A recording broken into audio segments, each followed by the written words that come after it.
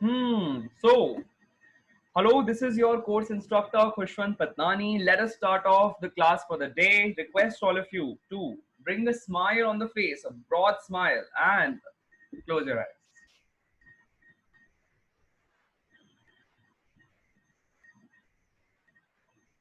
We will meditate one by one. Deep breaths in and out. कहते हैं कि हमारे सांसों की गति हमारे मूड को बहुत ही गहरे और शानदार ढंग से इम्पैक्ट करती है. So let's make sure that we bring our mind towards peace and make sure that everything goes well and the mood is uplifted.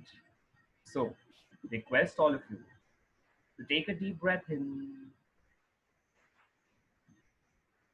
and out. Let the smile stay on the face once again. Take a deep breath in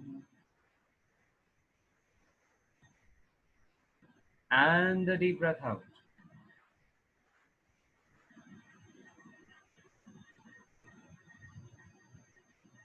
Once more, breathe in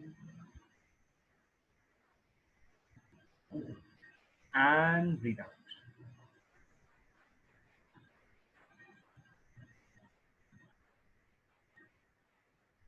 Breathe in once again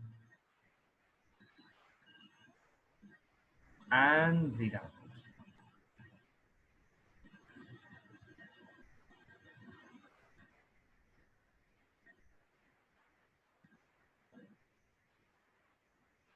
Let's all pray. Dear God, I am your child.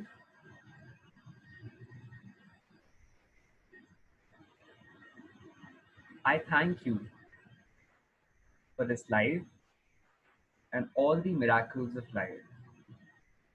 I thank you for the support, love, respect, and mentorship I'm receiving from my family, friends, and all the mentors. Dear God,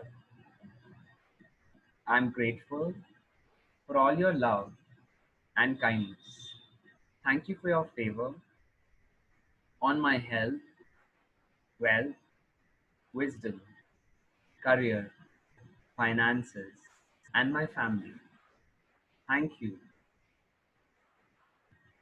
for showing this world that I am your child.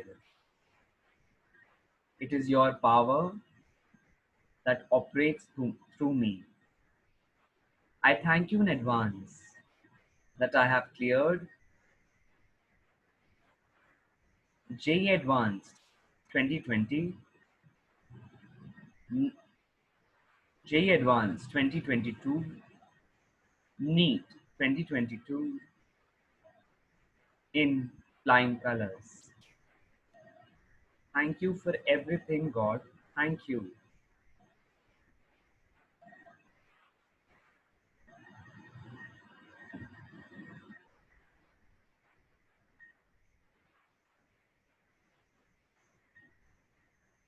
Now, with a smile on the face, you may open your eyes.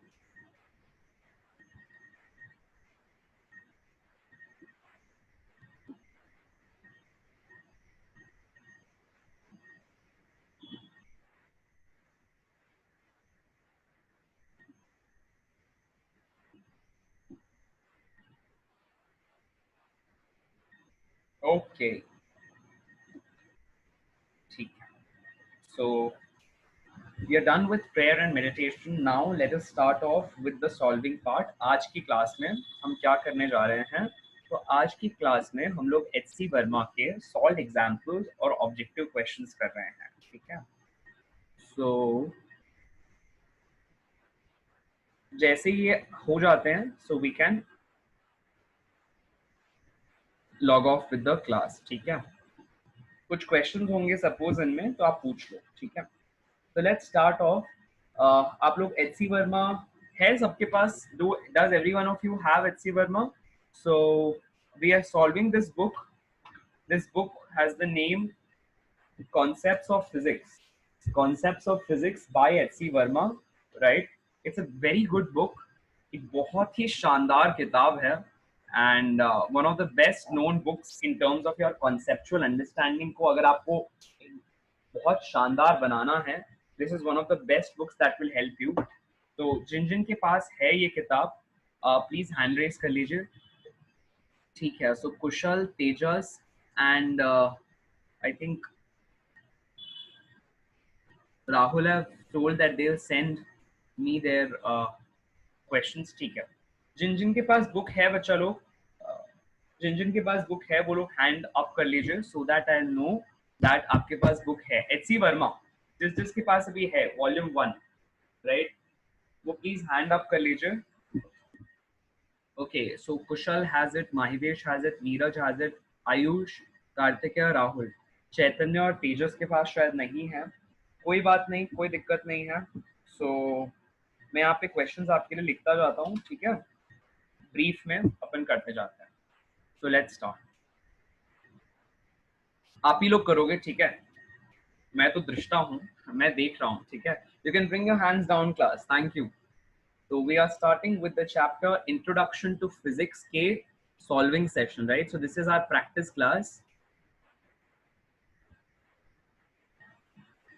So let us start the practice, right? And we'll go ahead with the session. Cool. So, एक एक करके शुरुआत करते हैं. So let us start. अच्छा, सभी ने units and measurements मेरे साथ फुल अटेंड किया है ना सभी बच्चों ने? कोई ऐसा तो नहीं है जिसका यूनिट्स एंड मेजरमेंट रह गया हो? वो हैंड अप कर ले, बाकी लोग हैंड डाउन कर लीजिए. अदर्स में bring their hands down. Others में ब्रिंग देयर हैंड्स डाउन. किसी का यूनिट्स एंड मेजरमेंट रहा तो नहीं है? मेरे साथ सबने अटेंड किया है, डायमेंशंस वाला पार्ट खासकर. ठीक है, ऑलराइट, सबने अटेंड किया है, राइट. तो इस चैप्टर में वही है, ठीक है, तो आप लोग कर जाओगे. Let's start. So we'll start with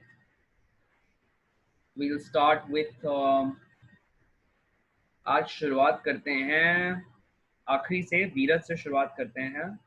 तो ओके, वीरज क्वेश्चन पढ़ो सभी के लिए, पेज नंबर 4 पर. अच्छा, तुम्हारे पास शायद बुक नहीं है, राइट वीरज? नहीं सर, है. ओके, क्वेश्चन पेज नंबर 4 पर, example number 1.1. Yes Veeraj, go ahead. Page 4, example 1.1. Yes, Viraj, bachcha bol. So the question is, calculate the dimensional formula of energy from the equation E is equal to half mv square. E is equal to half mv square एक formula दिया है. हमको कहा जा रहा है कि इस फॉर्मूला के जरिए आप कैलकुलेट कीजिए एनर्जी का डायमेंशनल फॉर्मूला क्या होगा. ठीक है, ओके बच्चा, सबको समझाओ कैसे होगा और आगे बढ़ते हैं. यस बच्चा बोलो. सर अभी इसमें एनर्जी का डायमेंशन निकालना है, इसलिए अपन हाफ को लेंगे नहीं क्योंकि वो नंबर है, तो डायमेंशनलेस है. ठीक है, तो वीरज सबको बोल रहा है कि भाई देखो हाफ एक डायमेंशनलेस नंबर है, तो अपन उसको हटा देते हैं. ठीक है वीरज, मान लिया. ओके बॉस, आगे बोलो. नेक्स्ट. तो फिर उसके बाद अपन मास और वेलोसिटी का डायमेंशन निकालेंगे. ठीक है, बोलो मास का डायमेंशन क्या होता है? m. Yes sir. ठीक है, और वेलोसिटी का डायमेंशन बोलो? LT-1. Very good, very good. ठीक है, लिख लिया. आगे बोलो. अब क्या करते तो फिर तो E is equal to m L square T-2 हो जाएगा. ठीक है, तो E का डायमेंशन हो गया m L2 T-2. ऐसे ही बोल रहे हो? Yes sir. ठीक है, बहुत बढ़िया, बहुत बढ़िया. क्लियर हुआ सबको, एवरीवन? ठीक है, कोई है जिसको कुछ पूछना है? एनीथिंग? हमने 2 को क्यों 1/2 को क्यों हटाया, समझ में आया सबको? क्योंकि 1/2 एक डायमेंशनलेस कांस्टेंट है. चलो बहुत बढ़िया. अब आगे से बढ़ते हैं. गुड गुड बच्चा. आगे लेते हैं तेजस को. ठीक है तेजस, ये क्वेश्चन है, इसको ट्राई करो. I am writing the question for you. ठीक है, सो देखना क्वेश्चन क्या लिखता है. क्वेश्चन है, डायमेंशनली हमें टेस्ट करना है कि एक फॉर्मूला दिया है वो सही है कि नहीं. T is equal to 2 pi ठीक है, t is equal to 2 pi m upon f by x, m by f by x, ठीक है। लिखता है कि ये डायमेंशनली करेक्ट होगा क्या, ऐसा टेस्ट करना है। तो अब बताया गया है कि जो t है दैट इज टाइम पीरियड, ठीक है, t है दैट इज टाइम पीरियड। फिर ये बताया गया है दिस m इज मास, ठीक है, ये जो f है दिस इज फोर्स, और ये जो है x दिस इज डिस्टेंस, ठीक है।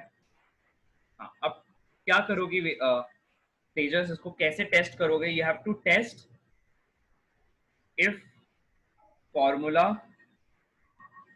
Is dimensionally correct. पहले तो क्वेश्चन का सबको मतलब समझाओ और फिर ट्राई करो, ठीक है। सर हमें एलएचएस का डायमेंशन और आरएचएस के डायमेंशन को इक्वल दिखाना है।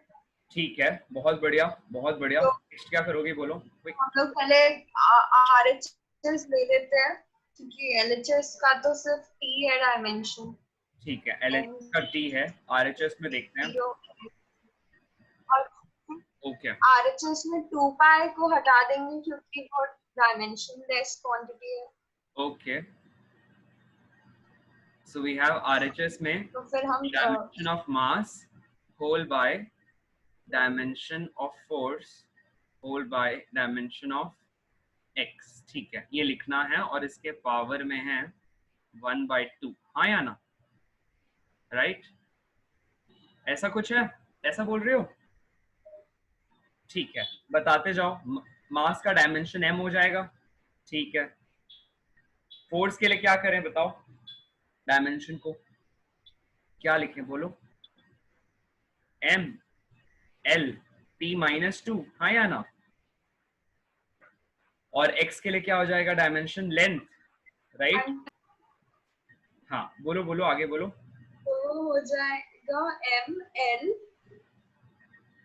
टी इनवर्स कर। अच्छा आपने लिख दिया, ठीक है सर वो डिवीजन में है ना दूसरा एल, हाँ, जो आपने मल्टीप्लिकेशन में लिखा। अच्छा ठीक है, ओके, इसको -1 ले लेते हैं, ठीक है, गुड। हाँ, तो अभी क्या हो जाएगा? एम एल बताओ। हाँ, एल 0 और T inverse square whole half. हाँ, फिर एम एल और एम एल कट जाएगा, मींस वो ऊपर जाएगा तो माइनस हो जाएगा तो 0 हो जाएगा, और t को भी अगर ऊपर लेके जाएंगे तो t +2 हो जाएगा, फिर उसका पावर हाफ यानी t, क्योंकि 2 और 2 कैंसिल हो जाएगा। तो फिर प्रूफ हो गया कि उधर भी t, LHS और RHS में t बच गया। ठीक है, तो हमने क्या किया है क्लास? हमने सिर्फ डायमेंशंस को इक्वेट किया है दोनों तरफ। सारी क्वांटिटीज के हमको डायमेंशंस पता थे, ठीक है, and we have just equated the dimensions to get the right solution. LHS और आरएचएस को हमने दोनों तरफ डायमेंशन निकाला। देखो, एलएचएस का डायमेंशन टी आया था और टाइम आरएचएस का भी डायमेंशन टी आ गया। ओके तेजस, गुड। Anyone, any queries? कुछ पूछना हो बच्चा लोग पूछ लो। एनीवन? किसी को है कोई डाउट तो नहीं है? पूछ लो।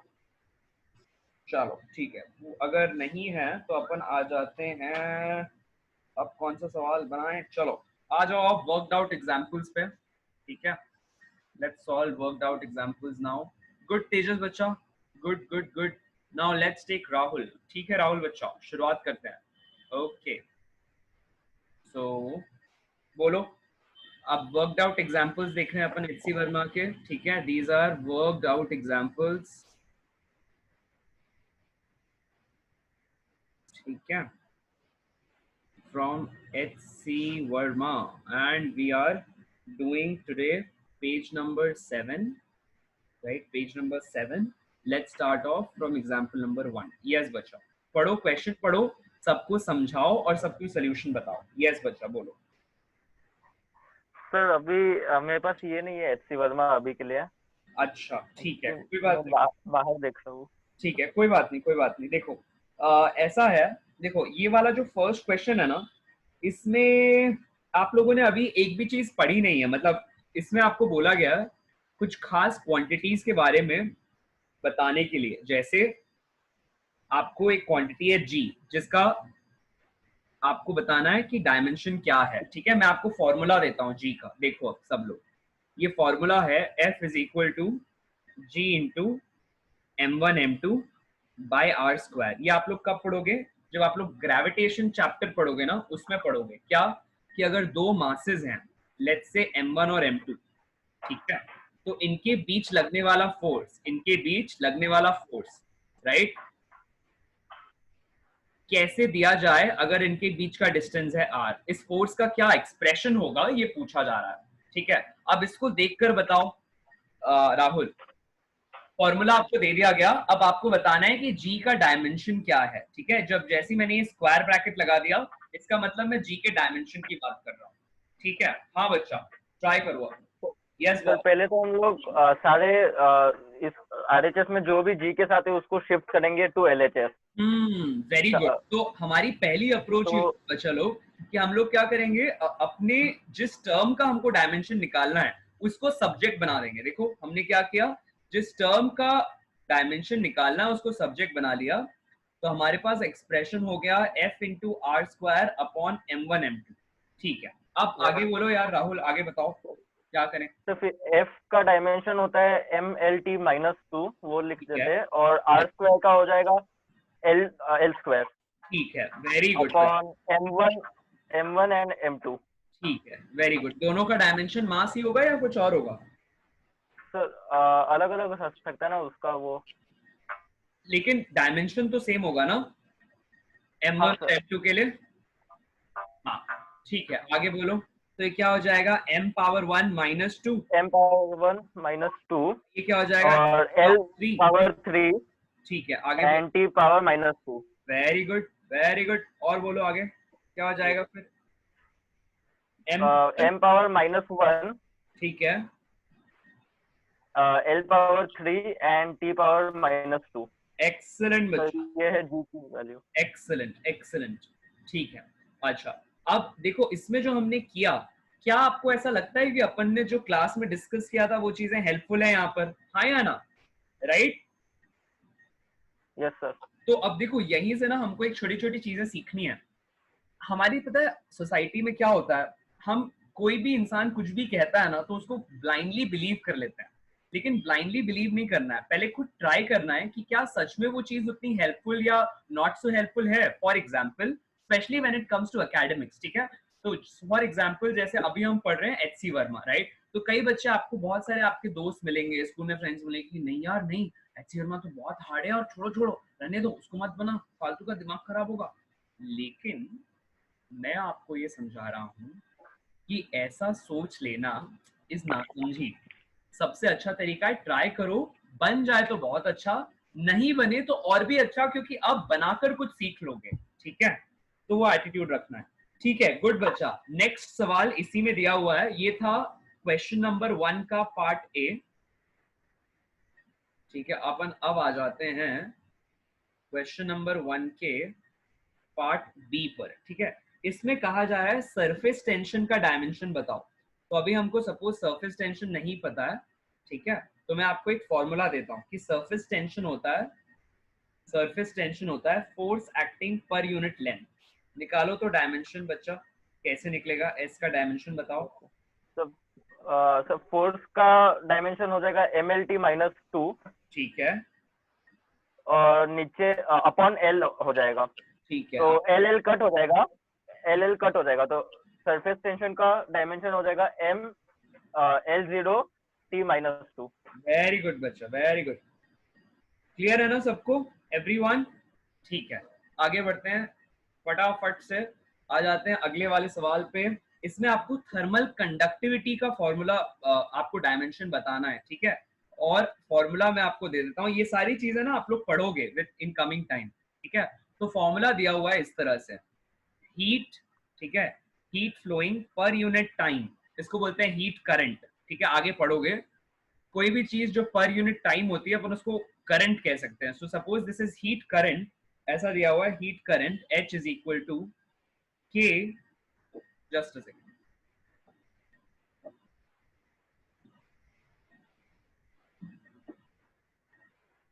so you have heat current is H is equal to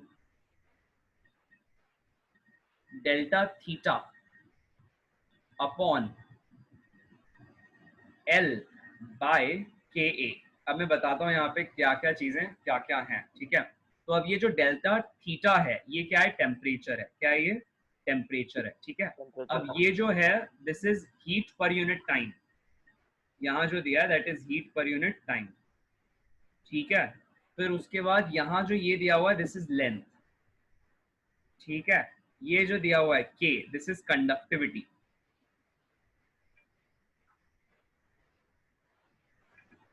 और यहाँ जो दिया हुआ है A this is cross sectional area. सब पढ़ेंगे आने वाले टाइम में, आने वाले चैप्टर्स में, उसका एप्लीकेशन पहले ही सिखा दिया है, ठीक है। अब आपको यहाँ से के का डायमेंशन बताना है, चलो ट्राई करो राहुल। सर पहले तो के ए जो है उसको हम लोग ऊपर शिफ्ट कर देंगे थीटा डेल्टा थीटा के साथ कर लेते हैं, ये हो गया Q by T is equal to K A by L. एक मिनट, ठीक है, आगे बोलो। तो हमें के की वैल्यू निकालनी है, तो फिर के को यहीं पर रहने देंगे और बाकी सभी को दूसरे साइड शिफ्ट कर देंगे। कर लेते हैं वैसा भी, चलो ठीक है। तो उसके बाद ओके डन बच्चा, आगे बोलो। हाँ अब बताओ, हीट के लिए वही यूनिट होगा क्या जो एनर्जी के लिए होता है, हाँ या ना, या वर्क के लिए होता है? क्यों, क्योंकि हीट क्या है, it's a form of energy, हाँ या ना।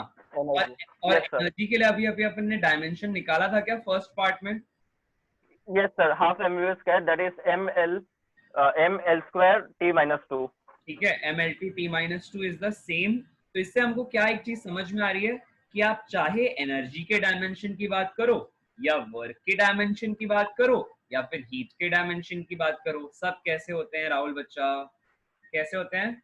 ml square t minus 2। Very good, ठीक है, लिख लेते हैं ml2 t माइनस 2, ठीक है। अच्छा अपॉन t, अपॉन t, ठीक है, होल इनटू l अपॉन, अच्छा और भी लिखना है, ठीक है, लिख लेते हैं whole l upon okay a sorry a नहीं l स्क्वायर ठीक है, लिख लेते हैं, आगे बोलो। ठीक है, टेम्परेचर है, के आएगा ना, टेम्परेचर के लिए अपन के लिख सकते हैं, बिल्कुल। थीटा भी लिख सकते हैं, कभी कभी के तो कभी थीटा, दोनों लिख सकते हैं, ठीक है, आगे बोलो। अब क्या करें? ओके सर, अब इसमें हम लोग सब फिर इसको नॉर्मल सॉल्व करते हैं पहले। वो हो जाएगा ml2 t minus 3 L2 into कर लो, ऐसा होगा क्या बताओ, चेक करो, क्रॉस चेक करो। सर वो तो बाद में, मतलब लास्ट में आएगा ना, वो पहले हम लोग फर्स्ट वाला सॉल्व करेंगे, ऊपर करेंगे टी को। हाँ कर लो, देखो और बताओ है क्या आंसर। विजुअल इंस्पेक्शन से बताओ। देखो यही तो चीज है जो अपन को डेवलप करनी है, मतलब अभी अपन देखो ऐसे है ना, ऐसे स्टेज पे अपन पहुंच रहे हैं कि यहीं से अब अपन को छोटे छोटे स्टेप्स ओमिट करना शुरू करना है। याद आ रहा है ना सबको कि मैंने क्या सिखाया था कि शुरुआत में जब कोई चीज प्रैक्टिस करो तो उसको स्टेप वाइज लिखो, लेकिन धीरे धीरे जैसे उसमें अभ्यस्त हो जाते हो, as soon as you become practised in an art, then start becoming a master of it by reducing the time you take. तो उससे क्या करना है, कुछ स्टेप्स को अपने माइंड में करना है, ठीक है राहुल। अब करो और बताओ। सर सही है, यही आएगा mlt माइनस 3 के पावर माइनस 1। ठीक है, ओके, चलो good Rahul, good. Now let us take next one.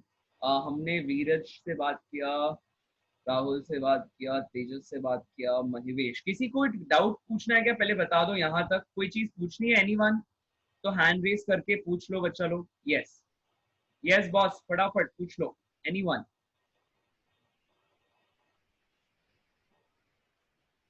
अरे भाई पूछो एनीवन। ओके कार्तिकेय, जो तुमको डाउट है वो इसी चैप्टर से है जो अभी हम कर रहे हैं, उसी से है क्या कार्तिकेय? पूछ लो अगर इसी चैप्टर से है तो।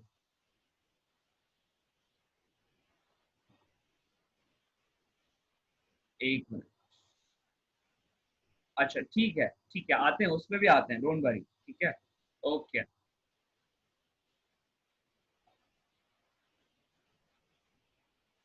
ठीक है, अच्छा आगे देखते हैं किस चैप्टर से है, किस पेज नंबर पे है बच्चा, भेज दो। ठीक है, पहले खत्म करते हैं, जो अभी काम शुरू किया है हाथ में लिया है उसको खत्म करते हैं। ठीक है, okay.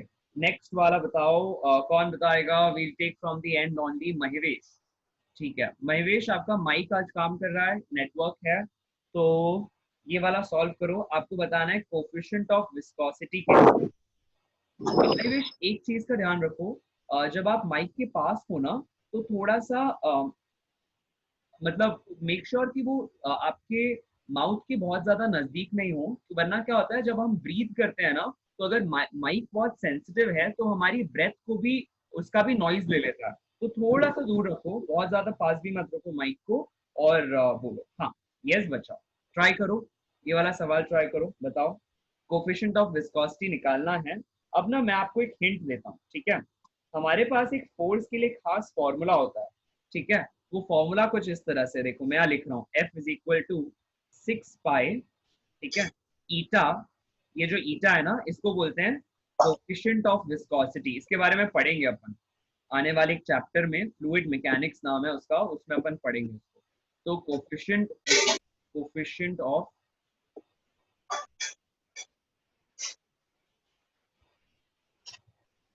This is coefficient of viscosity बोलते हैं इसे, ठीक है। और ये है 6 पाई ईटा आर वी, जहां पर 6 पाई एक कांस्टेंट है, ईटा ऑफ कोर्स यही है कोफिशिएंट ऑफ विस्कोसिटी, और जो वी है दैट इज वेलोसिटी, और जो एफ है इसको अपन बोलते हैं विस्कस फोर्स। आप अभी के लिए मान के चलो ये फोर्स है ऐसा, ठीक है। हाँ, ट्राई करो, यहाँ से बताओ ईटा के लिए डायमेंशन कैसे निकालोगे। यस महेश बच्चा, ट्राई। सर सिक्स पाई को नहीं लिखेंगे बिकॉज वो डायमेंशनलेस है। वेरी गुड, आगे बोलो। सर फोर्स mlt-2 को लिखेंगे और इधर जो डायमेंशन है वो सब्स्टिट्यूट करेंगे। ठीक है, कर लेते हैं, ओके। Upon LT-1। ठीक है, आगे बोलो क्या आ जाएगा। L square. एक मिनट, लेट मी कंफर्म, एक मिनट बच्चा, देखिए यहाँ पर उन्होंने कुछ गड़बड़ की है क्या।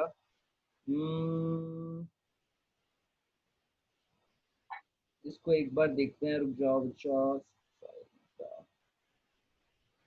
ओके, यहाँ पर ना एक और टर्म आएगा, आई think I forgot here, printing error. ठीक है, चलो यहाँ लिख दिया आर, तो अब यहाँ आर के लिए बोलो डायमेंशन क्या हो जाएगा। आर इज डिस्टेंस या रेडियस, ठीक है, आर को अपन रेडियस बोलते हैं। हाँ, रेडियस के लिए क्या होना चाहिए बताओ डायमेंशन। L एल होना चाहिए, L ठीक है, यहाँ डाल देते हैं। तो यहाँ पर एक और डायमेंशन आ जाएगा, एल आ जाएगा। ओके बच्चा, हाँ अब ट्राई करो, बोलो आगे क्या हो जाएगा। ये ऐसे ही हुआ क्या, देखो एक बार चेक कर लो, ये ऊपर आएगा या कहाँ जाएगा। देखो ईटा है तो नीचे आएगा ना एल, ठीक है, नीचे लिख लेते हैं। दिस डायमेंशन फॉर आर,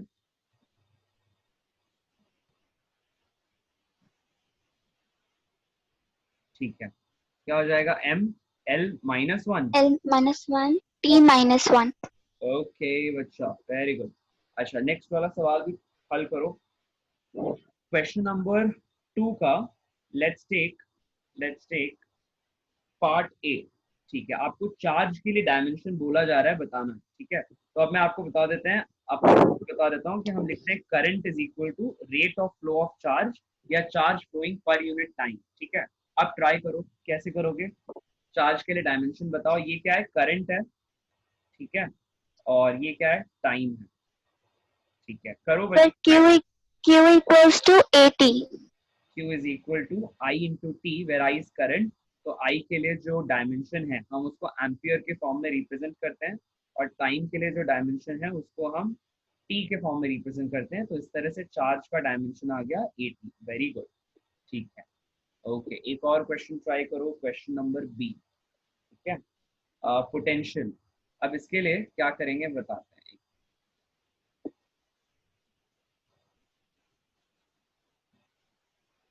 ठीक है। तो अब ना इसको सॉल्व करने के लिए अलग अलग तरीके कर सकते हो। आपके बुक में यहाँ एक फॉर्मूला दिया है, उसने सॉल्व किया है एक चार्ज का फॉर्मूला, इसको कहते हैं सीवी। मैं आप लोगों को अलग अलग इसके आप फॉर्मूला यूज कर सकते हो, ठीक है, पोटेंशियल का। और पोटेंशियल किस तरह का पोटेंशियल है नहीं दिया हुआ है, इसने एक्चुअली दिया है, इसने बात की है आपके लिए इलेक्ट्रिक पोटेंशियल की। एक और चीज होती है ग्रेविटेशनल पोटेंशियल, है ना। तो जब तक हम वो नहीं पढ़ेंगे, let us postpone these questions. मतलब इजी है, इट्स वेरी इजी, ठीक है, लेकिन अभी हम नहीं करेंगे टू मेक श्योर कि आप कंफ्यूज ना हो, ठीक है। ओके ओके ओके, ठीक है। तो आगे बढ़ते हैं, ठीक है।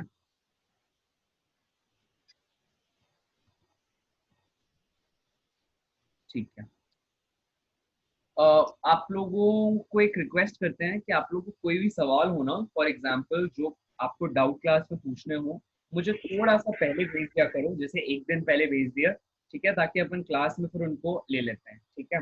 ओके, अभी इसको कंटिन्यू करते हैं। तो माहिवेश, ये वाला क्वेश्चन नंबर 3 लिखता है कि the SI and CGS units of joule are of energy are joule and erg, ठीक है। How many ergs are equal to 1 joule, ठीक है। एक जूल में कितने अर्ग्स आएंगे ये पूछ रहा है, ठीक है। लिखता है कि दोनों एनर्जी के यूनिट हैं, ये एसआई है और ये सीजीएस है, ठीक है। तो ट्राई करो इसको बच्चा, कैसे करोगे, इजीएस्ट में बताओ। एनर्जी का कोई फॉर्मूला जानते हो, बोलो कोई भी फॉर्म ऑफ एनर्जी का फॉर्मूला बोलो। काइनेटिक एनर्जी के लिए जैसे क्या होता है, फॉर एग्जांपल बोलो। mass into mv velocity square into half, ठीक है ना। अच्छा, अब इसके लिए डायमेंशन कैसे लिखेंगे, या डायमेंशन छोड़ो, अपन इसका डायरेक्टली फॉर्मूला में आंसर लिखते हैं। ये क्या हो जाएगा, यूनिट हो जाएगा केजी, हाँ या ना। और वेलोसिटी sir. क्या हो जाएगा, मीटर पर सेकंड स्क्वायर, मीटर पर सेकंड का होल स्क्वायर, राइट, ठीक है। आगे क्या करें बोलो। इसको सीजीएस में कन्वर्ट करने के लिए, इसको सीजीएस में कन्वर्ट करने के लिए अपन यहाँ लिखते हैं दिस इज 1 जूल, ठीक है। एक केजी में कितने ग्राम्स आते हैं बताओ। 1000 ग्राम्स आते हैं, ठीक है, लिख दिया। और एक मीटर में कितने सेंटीमीटर आते हैं बताओ। 100 सेंटीमीटर। ठीक है। और सेकंड का सीजीएस यूनिट बताओ, होता है क्या कुछ। सर सेकंड ही होता है। सेकंड भी होता है, ठीक है। तो ये क्या हो गया, 10 पावर 3 इंटू 10 पावर 4, ठीक है, times of gram centimetre square पर सेकंड स्क्वायर, ऐसे ही होगा। Yes sir. ठीक है, तो अपन इसी को क्या बोलते हैं, 10 टू द पावर 7 अर्ग्स। क्लियर है क्या ये सबको। माइवेश क्लियर है ये बच्चा, हमने क्या किया। Yes sir. इसी 1 gram per centimetre square per second square को हम क्या कहते हैं, अर्ग कहते हैं। क्या कहते हैं, 1 अर्ग is nothing but 1 gram per centimetre square per second square. Clear हो गया क्या बच्चा। Yes sir. ठीक है, अब let's take next student. I think Tejas और वीरज को और भी क्वेश्चन सॉल्व कराते हैं, plus we have Kushal, Kartikeya, Chaitanya, Ayush also in the line. ठीक है बच्चा, गुड गुड गुड। चलो नाउ लेट्स टेक कुशल। हाँ कुशल बच्चा, ट्राई करो। सो अगला क्वेश्चन है,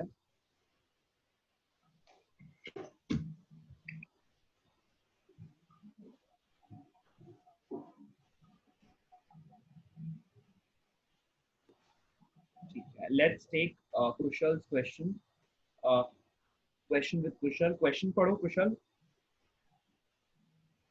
So the question says Young's modulus of a steel is 19 into 10 to the power 10 Newton per meter square. ठीक है. And we have to express it in CGS unit, that is dyne per centimeter square. ठीक है, अब ये quantities क्या है Young's modulus, इसके बारे में अपन लोग आने वाले चैप्टर्स में पढ़ेंगे।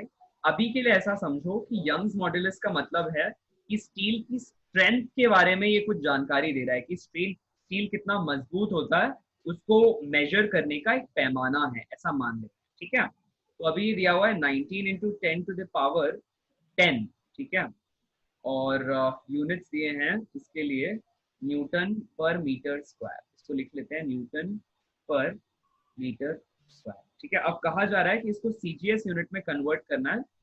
न्यूटन का सीजीएस यूनिट होता है डाइन, ठीक है, और मीटर का सीजीएस यूनिट होता है सेंटीमीटर स्क्वायर, तो या सेंटीमीटर, मीटर के लिए सेंटीमीटर। तो अब ना कई बच्चे ऐसे होंगे जिनको न्यूटन को डाइन में कैसे कन्वर्ट करते हैं पता ही नहीं होगा, तो फिर बोलेंगे अपन भाई घबराओ मत, घबराओ मत, पहली चीज तो घबराओ मत। ठीक है, क्या आप न्यूटन को यानी कि फोर्स को दूसरे यूनिट्स में कन्वर्ट कर सकते हो? तो मैं आपको याद दिलाऊंगा कि क्लास 9वीं 10वीं में आपने एक फॉर्मूला पढ़ा था, वो फॉर्मूला था F इज इक्वल टू, बोलो क्या होता है question, mass into acceleration. Very good. तो इसका मतलब अपन क्या लिख सकते हैं कि एक न्यूटन का क्या मतलब होता है, केजी पर metre, KG metre per second square. हाँ या ना, मतलब the units, I am talking about the units, right.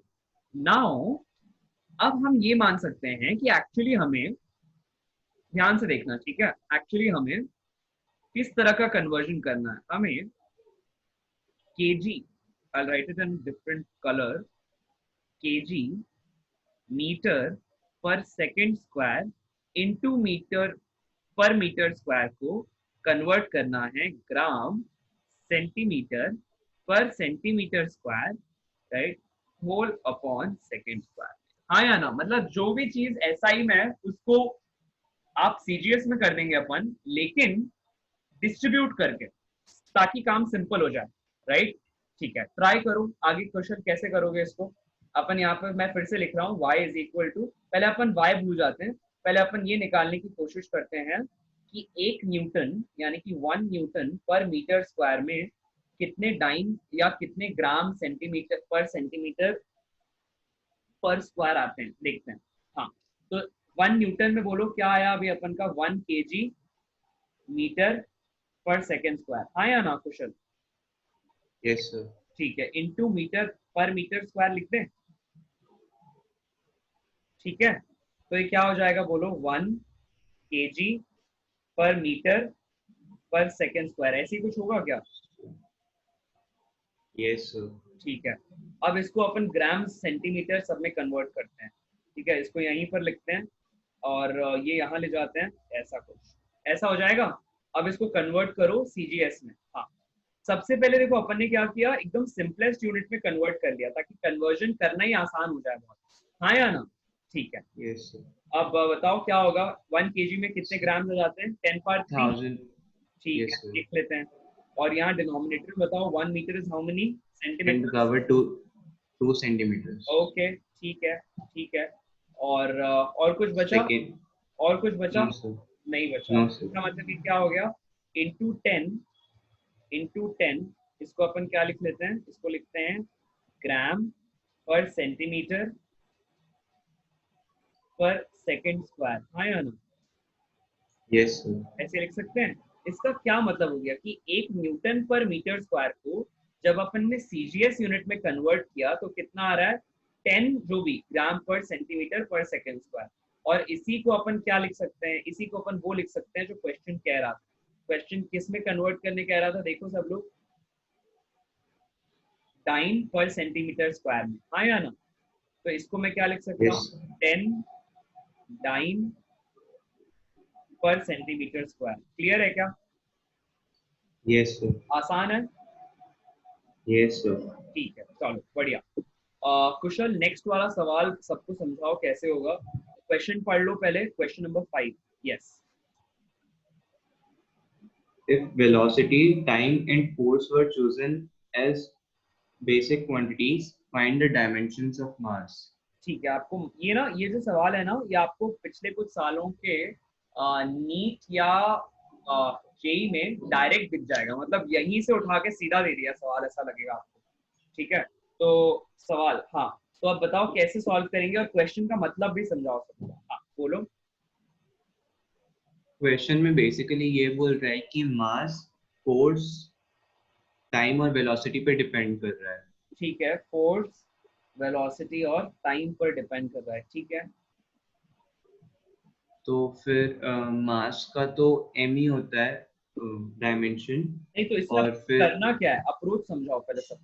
हमें ये कहा जा रहा है, देखो हाँ। इसको लिखता हूँ, ठीक है, जैसे कुशल ने अभी कहा कि हमको कहा जा रहा है क्वेश्चन में कि हमारे पास जो मास है वो डिपेंड कर रहा है फोर्स पर, है ना। So it's basically a function of force, या इट इज डिपेंडिंग अपॉन, अपन ऐसे लिखते हैं, it depends upon somehow on force, ठीक है, एंड वेलोसिटी, और क्या, और किस पे डिपेंड कर रहा है कुशल, और टाइम टाइम पर। टाइम तो ये 3 क्वांटिटीज में मास डिपेंड कर रहा है। आगे क्या करने के लिए बोल रहा है क्वेश्चन, डायमेंशंस फाइंड करना है मास के, किसके टर्म्स मास फाइंड के। करना पड़ेगा, फोर्स वेलोसिटी एंड टाइम के टर्म्स। ठीक है, कैसे फाइंड करेंगे बताओ। So dimension of mass will be equal to dimension of force, velocity and time. वो सब ठीक है, लेकिन पहले अपन एक फॉर्मूला अज्यूम कर लेते हैं। क्या फॉर्मूला बोलो, mass is equal to some constant into force, right, Force का पावर लेट्स से a, है ना, A. Into velocity Yes. का power b, into B. Time का पावर c। ये पहला स्टेप है, आया ना, Yes sir. ठीक है, ये पहला स्टेप कर लिया। आगे क्या करना चाहिए बताओ सबको। अब फिर अपन क्या सबके करेंगे, dimensions दोनों तरफ substitute डायमेंशन कर देंगे। सब्स्टिट्यूट करेंगे। वेरी गुड बच्चा, ठीक है, कर लो डायमेंशन। अपन ने क्या लिया है, k कैसा कांस्टेंट, एक डायमेंशन लेस कांस्टेंट, Dimensionless. ठीक है। तो k एक डायमेंशन लेस कांस्टेंट अपन ने अज्यूम कर लिया, और फिर यहाँ पर लिखा f की जगह क्या आ जाएगा, बोलो m l, MLT minus 2. ठीक है, power a, Power velocity A. क्या आ जाएगा, LT minus 1 power B and T का T power C. ठीक है। अब m का पावर बोलो क्या हो जाएगा, a, l का A. Power, A plus B ठीक है, and T का power minus 2A minus B plus C. ठीक है। अब इसके आगे कैसे सॉल्व करें, अब तो अटक गए, L और T तो दूसरी तरफ है ही नहीं, अब क्या करें। LHS में L और T की पावर 0 होगी। अच्छा, जब पावर ना दिया हो तो अपन उसको 0 ले सकते हैं, वेरी गुड। आगे बताओ। उसके बाद फिर बेसिस सेम है तो उनकी पावर्स भी इक्वेट कर सकते हैं। हमने एक तरीका सीखा है कि जब भी कभी बेसिस सेम हो तो हम उनके पावर्स को क्या कर सकते हैं, इक्वेट कर सकते हैं। बहुत ही बढ़िया, वेरी गुड। आगे बोलो जी, क्या करेंगे अब। So M ठीक है, हाँ बोलो बोलो। A equal to 1. तो पहले m का यहाँ से पावर ले लेते हैं, m का पावर है a, दूसरी तरफ पावर है 1, ऐसे ही कुछ, ऐसे ही बोल रहे हो, 1. Yes sir. ठीक है। आगे बताओ क्या करें, l का भी पावर ले लें, T सर पहले T का ले लें। चलो सॉरी हाँ L ओके l का पावर ले लेते हैं, जो बोलो, हाँ आगे बोलो। तो A की वैल्यू 1 आई तो फिर B की वैल्यू -1 हो जाएगी। ठीक है, तो b की वैल्यू क्या आ जाएगी, -1 आ जाएगी, ठीक है, बिकॉज a की वैल्यू 1 आ गई है, ठीक है। आगे बोलो। और T का -2A minus B plus C is equal to 0। 0 क्यों, और क्योंकि T की पावर 0 LHS में। अच्छा, t की पावर 0 l है, ठीक है। तो अपन के पास a और b तो आ गया, अब क्या निकालें, c अब निकाल, C निकालेंगे। ठीक है, क्या हो जाएगा, b plus 2a, आया ना, ठीक है। Yes sir. क्या करें, क्या आगे बोलो। So answer will be +1। ठीक है, अब इसको बस यहाँ तक छोड़ दे कि इसके बाद कुछ और करना है। हाँ, F की पावर 1, B की पावर -1 और T की पावर C। तो बेसिकली अब हमको बताना है, बिल्कुल, अब हमको बताना है कि हमें इस मास को अब हम एक्सप्रेस करेंगे इन टर्म्स ऑफ फोर्स, वेलोसिटी और टाइम। देखो सब लोग, a का क्या वैल्यू आई है, 1 आई है, तो फोर्स के पावर में a था तो यहाँ 1 आ जाएगा। b की क्या वैल्यू आई है, -1 आई है, तो यहाँ -1 आ जाएगा। t की क्या वैल्यू आई है, t की वैल्यू आई है c, है ना, तो c की वैल्यू आई है 1। तो इसीलिए अपने पास ये क्या हुआ, ये अपने पास आया एक formula between mass, force, velocity and time. लेकिन अगर मुझे डायमेंशनल फॉर्मूला कहा जाए, क्या कहा जाए, डायमेंशनल फॉर्मूला, तो मैं ऐसे लिखूंगा, मास का dimension is defined as dimension of force का पावर 1, जिसको अपन नहीं भी लिखें तो चलेगा, इनटू वेलोसिटी को सपोज अपन कैपिटल B से अगर रिप्रेजेंट करते हैं, सपोज, क्योंकि अपन ने अभी देखा था ना कि कैसे MLT को अपन कैपिटल में लिख रहे थे, तो सपोज अगर अपन इनको कैपिटल में एक्सप्रेस करें तो क्या हो जाएगा, F power 1, B power -1, T power 1, या इसको क्या लिख सकते हो, F t b minus 1 लिख सकते हैं क्या? Yes, sir. पक्का? चेक कर लो एक बार। Yes, sir. चलो सही है। ठीक, ओके ओके बच्चा, गुड गुड गुड। अभी we have Kartikeya, Chaitanya, right, and Ayush, ठीक है, ओके गुड, चलो ठीक है। Now let's take next one, Kartikeya. हाँ कार्तिकेय पूछो, गुड बच्चा, ठीक है, यस बॉस बोलो। यस सर, क्वेश्चन रेड करो सर। बिल्कुल करना ही है। Yes. Test dimensionally if the equation v square is equals to u square plus 2ax may be correct. अच्छा, इसका मतलब समझाओ सबको पहले तो। सर इसमें हमें पूछ रहा है कि मतलब v square equals to u square plus 2ax है ना, उसको LHS इक्वल्स टू RHS उसको इक्वल करना है और चेक करना है कि इक्वेशन राइट है या रॉन्ग। इक्वेशन, अच्छा अगर सपोज मैं इक्वेशन राइट या रॉन्ग चेक करना है, या उसका डायमेंशनली राइट है या रॉन्ग चेक करना है? डायमेंशनली राइट है रॉन्ग करना। अच्छा, क्योंकि ना मैं तुमको एक और इक्वेशन देने वाला हूँ इसके बाद, ध्यान से देखेंगे सब लोग, ठीक है, मैं क्या कर रहा हूँ इक्वेशन। बताओ, अब अगर दोनों ही डायमेंशनली करेक्ट हो गई तो क्या दोनों ही मैथमेटिकली भी या फिर फॉर्मूला वाइज भी करेक्ट होंगी क्या?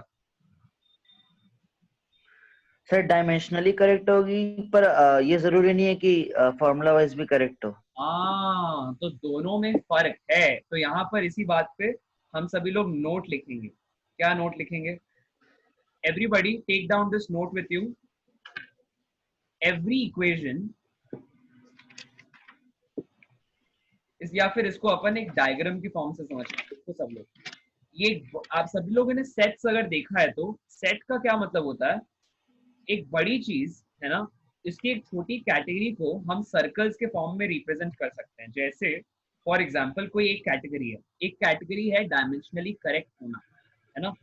अब अगर कोई चीज डायमेंशनली करेक्ट है, ठीक है, देन सपोज उसको हम रिप्रेजेंट कर रहे हैं by this blue colour circle. इस ब्लू कलर सर्कल का मतलब है डायमेंशनली करेक्ट होना।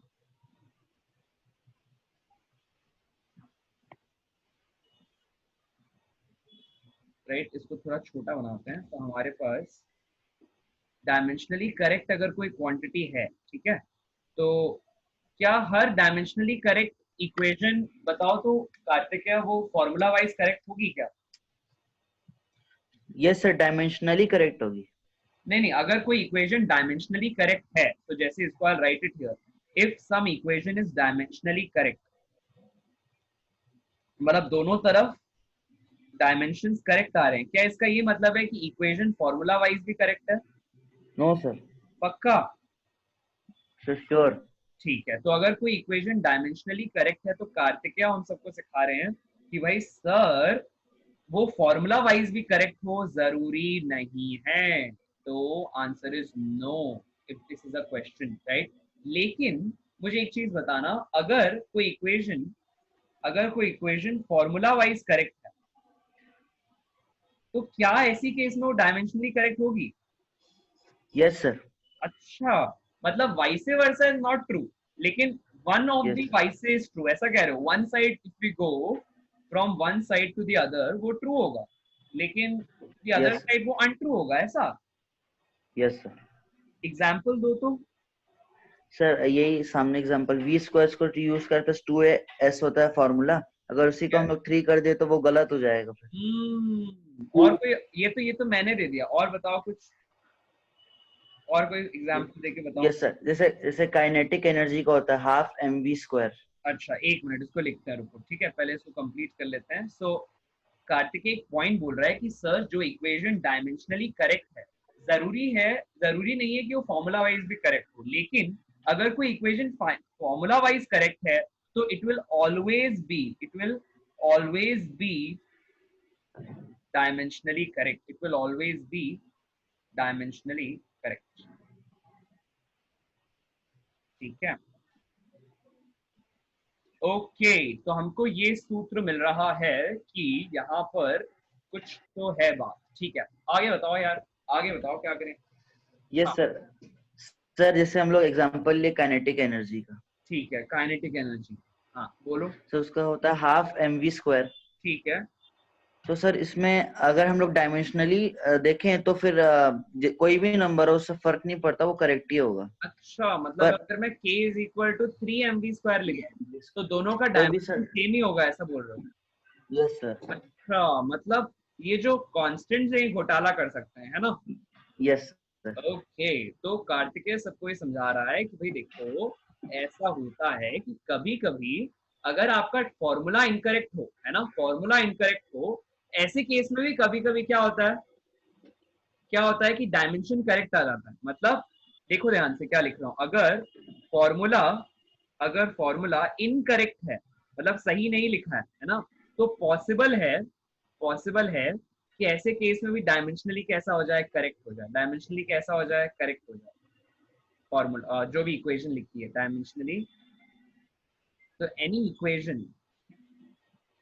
Equation which is formula wise incorrect लेकिन पॉसिबल हो कि वो डायमेंशनली करेक्ट है, राइट। और इसका एग्जाम्पल कैसे दिया, इसका एग्जाम्पल दिया भाई कार्तिकेय ने कि देखो भाई ऐसा है कि अगर आप यहाँ लिख लेते हो कि k is equal to mv² into 3। अब भाई ये वाली जो क्वांटिटी है या ये जो इक्वेशन है, तुम mv² का डायमेंशन लगा के देख लो क्या आता है, ml2 t-2, ऐसे ही आएगा क्या कार्तिकेय? यस सर, और एनर्जी का डायमेंशन लगा के देख लो क्या आ जाएगा, ml2 t-2। तो डायमेंशन वाइज तो इक्वेशन सही है और दोनों तरफ सेम डायमेंशन आ रहे हैं, लेकिन अगर तुम यस सर, इक्वेशन को फॉर्मूला वाइज परखने की कोशिश करोगे तो इक्वेशन मार खा जाएगी। इक्वेशन बोलेगी नहीं यार, यहाँ पे तो 2 आता था, तुमने यहाँ 3 कैसे दे दिया? तो भाई हम समझ जाएंगे कि ये इक्वेशन तो गलत थी, फॉर्मूला वाइज तो गलत थी, लेकिन डायमेंशनली कैसी थी, करेक्ट हो गई थी। डायमेंशनली कैसी थी, करेक्ट हो गई थी। हाँ यार, क्लियर हो गया यस सबको? तुमको क्लियर हुआ कार्तिक है ये बात? यस सर, क्लियर, ठीक है, अब चेक करके बताओ अच्छे से, ये वाली इक्वेशन को चेक करो कि डायमेंशन यस सर। करेक्ट है कि नहीं, जैसा क्वेश्चन बोल रहा है। कैसे करोगे? सर एलएचएस सर लिखें, सबसे आरएचएस लिखें? सबसे पहले हम लोग प्रिंसिपल ऑफ होमोजेनिटी देखेंगे। प्रिंसिपल ऑफ होमोजेनिटी से अगर ये इक्वेशन करेक्ट हुआ तो v² की जो डायमेंशन है वो u² से इक्वल होगा, और जो v² का है वो 2x से भी इक्वल होगा। अच्छा, प्रिंसिपल ऑफ होमोजेनिटी बोलते हैं भाई कार्तिकेय कि हम लगाते हैं सर, और उससे क्या हो जाएगा, उससे ये होगा कि हमारे पास v² और 2ax सबका डायमेंशन कैसा आ जाना चाहिए, सेम आ जाना चाहिए। ठीक है, चेक करते हैं, बताओ, चेक करते हैं तीनों का डायमेंशन सेम है कि नहीं, करो बोलो। सर v होता है इनिशियल वेलोसिटी, तो उसको डायमेंशन हो जाएगा, ठीक है, एक मिनट, है ना। तो these two are in RHS, तो अपन यहाँ पे लिखते हैं सबसे पहले LHS इज v² के लिखेंगे LT-1। ठीक है, आगे बोलो। होल स्क्वायर, तो हो जाएगा L² T-2। ठीक है, आगे बोलो, next one. Final velocity u²। ठीक है, इनिशियल वेलोसिटी u² की बात करते हैं, तो दैट इज LT-1 ठीक है, आगे बोलो। L² T-2। ठीक है, ये दोनों तो सेम आ गए, आखिरी वाले को बताओ क्या होगा। 2ax a हो जाएगा एक्सेलरेशन। इसमें 2 मल्टीप्लाई करूँ ना यहाँ पे ऐसे करके? नहीं सर, नो क्यों? सर, उससे कोई फर्क नहीं पड़ेगा सर, क्योंकि कांस्टेंट है ना। अच्छा, 2 एक कांस्टेंट है, क्यों? कांस्टेंट का तो यूनिट डायमेंशन तो हो सकता है, लेकिन सर नहीं हो सकता ना। कांस्टेंट का डायमेंशन हो सकता है लेकिन हर कांस्टेंट का डायमेंशन नहीं होता, ये याद रखना है, ठीक है। हाँ, आगे बोलो। इनटू L, ठीक है, क्या हो L² जाएगा? T-2। अच्छा, तो इससे क्या प्रूव हो रहा है, या So by क्या आ रहा principle है? of homogeneity, the equation is correct. ठीक है, so from the principle of homogeneity equation is correct. एक बार प्रिंसिपल ऑफ होमोजेनिटी सबको याद दिला दो यार कार्तिकेय तुम। Yes sir. हाँ, ऐसे ही अपने शब्दों में याद दिलाओ, कोई दिक्कत नहीं है। Yes sir. Sir, according to principle of homogeneity, the dimensions of all the terms in an equation must be identical. ठीक, Thus we can add or subtract similar physical quantities. बिल्कुल बिल्कुल, बहुत बढ़िया। ठीक है, अब एक काम करते हैं, अब अपन आ जाते हैं चैतन्य और आयुष पे। बहुत बढ़िया कार्तिकेय तुम्हारा क्वेश्चन लेते हैं, ठीक है, डोंट वरी अबाउट इट, वो ले लेते हैं क्वेश्चन, डोंट वरी। ठीक है, तो अब आ जाते हैं चैतन्या पे, ठीक है। चैतन्या बच्चा नेक्स्ट सवाल पढ़ो तो यार, और सबको समझाओ भी। कौन सा सवाल पढ़ोगे? सर मेरे पास बुक नहीं है। बुक नहीं है, चलो मैं लिख लेता हूँ। सवाल number 7, worked out example number 7। Chaitanya, आपके आसपास थोड़ा सा ना डिस्टरबेंस हो रहा है वॉइस में, तो देखो आसपास कुछ चीजें चल रही हैं क्या? फैन या मे बी आपका माइक्रोफोन जुबान के बहुत पास तो नहीं है? देखो थोड़ा कुछ उसमें सुधार कर लो, है ना। तब तक के लिए मैं आप लोगों को क्वेश्चन बता रहा हूँ। क्वेश्चन में लिखा गया है कि x एक डिस्टेंस है ना। It is distance covered by a particle given as x is equal to a plus bt, ठीक है, प्लस ct स्क्वायर, ठीक है, प्लस dt क्यूब, ऐसा दिया हुआ है, ठीक। अब आपको कहा जा रहा है कि भाई आपको क्या करना है, अब आपको डायमेंशंस निकालने हैं, a के, b के, c के और d के डायमेंशन, ठीक है। तो ट्राई करो। हाँ, सो आई एम या यस बच्चा चैतन्य, ट्राई करो। कैसे निकालोगे मुझे समझाओ। Hello sir. बोलो बोलो, सुन रहा हूँ। तो सर हम लोग को लिखा है सर कि x इक्वल्स टू a। हाँ हाँ बोलते जाओ, सुन रहे हैं। Yes sir, equals to a plus bt plus cb square plus ab cube दिया है सर। और हम लोग को निकालने बोला है कि a जो वेक्टर है उसका हमें डायमेंशन निकालना है। चैतन्य एक t दिया हुआ है, t, x is equal to a plus bt plus ct square plus dt cube, ऐसा। अच्छा हाँ, आगे बोलो कैसे करोगे, ओके सर। क्या लगाओगे?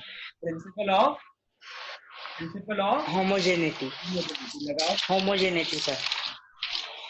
तो सर प्रिंसिपल ऑफ होमोजेनिटी ये कहता है कि LHS और RHS इक्वल होगा करके। क्या इक्वल होगा? मतलब डायमेंशन वाइज LHS और RHS इक्वल रहेंगे करके। डायमेंशन वाइज दोनों इक्वल होंगे। हाँ आगे बोलो। हाँ सर, उसके बाद ठीक है, ऐसा कुछ होगा। Dimension of x should be equal to dimension of a, then dimension of x should also be equal to dimension of b। आया ना? थोड़ा सा डिस्टरबेंस है चैतन्य आपके एंड पे, है ना, तो आप बस मुझे यस और नो बोलते जाना, ठीक है। ओके, तो ट्राई करो, बताओ बच्चा। अब मैं यहाँ पे लिख रहा हूँ कि डायमेंशन ऑफ जो ए हो जाएगा, है ना, चैतन्य को मुझे बताना है कि मैं सही हूँ कि नहीं, ठीक है। और यहाँ पे डायमेंशन ऑफ बी हो जाएगा x by dimension of time. तो जो x का डायमेंशन होता है वो होता है t, है ना, और टाइम का डायमेंशन होता है l। तो क्या हो जाएगा answer? t minus 1 into L. हाँ या ना? करेक्ट है चैतन्य? यस और नो? ये मुझे मैसेज कर दो, बिकॉज थोड़ा सा डिस्टरबेंस है वॉइस के पीछे आपके। मैसेज कर दो ये सही है क्या, फॉर्मूला जो मैंने लिखा है यहाँ पे करेक्ट है या नहीं, मुझे बता देना, ठीक है। कोई और भी चाहे तो बता सकते हैं, बट पहले चैतन्य ट्राई करो। हाँ बच्चा ट्राई करो। सर आपकी आवाज नहीं आ रही है मेरे को। ये फॉर्मूला सही है क्या चैतन्य? सर आपकी आवाज नहीं आ रही है। Okay, there seems to be some issue, कोई बात नहीं बच्चा। Let's take Ayush. आयुष मेरी आवाज आ रही है आपको? आयुष मेरी आवाज आ रही है क्या आपको? हाँ सर आ रही है। हाँ, तो राहुल कह रहा है कि सर जो आपने लिखा है वो गलत है। क्या गलत है? आयुष ट्राई करो, डिटेक्ट करो क्या गलत है। हाँ, क्यों गलत है ये? सर वो आपने एल और टी को ऊपर नीचे लिख दिया है। ऐसा भी होता है एग्जाम में, बहुत कॉमन एरर है, बच्चे ऐसा करते हैं। तो अब इसको क्या लिखेंगे अपन? एक्चुअली आंसर क्या होगा बताओ? LT -1 होगा सर। LT -1 होगा, ठीक। तो इसको अपन लिख लेते हैं L whole by T is equal to LT -1। Next वाला ट्राई करो तो यार। आयुष नेक्स्ट वाला ट्राई करो। C के लिए डायमेंशन कैसे निकालोगे बताओ? Sir x/t²। x का जो डायमेंशन है वो ct स्क्वायर के इक्वल होगा, इसीलिए जो c का डायमेंशन है दैट विल बी x का डायमेंशन अपॉन t स्क्वायर का डायमेंशन, राइट। तो अपन लिख सकते हैं दोनों का डायमेंशन क्या क्या होगा, दिस विल बी l, हाँ या ना, अपॉन t यस सर। ठीक है, क्या हो जाएगा बोलो आंसर? LT -2। अच्छा ठीक है, अब नेक्स्ट वाला ट्राई करो Ayush. dimension of d equals to dimension of x by t cube.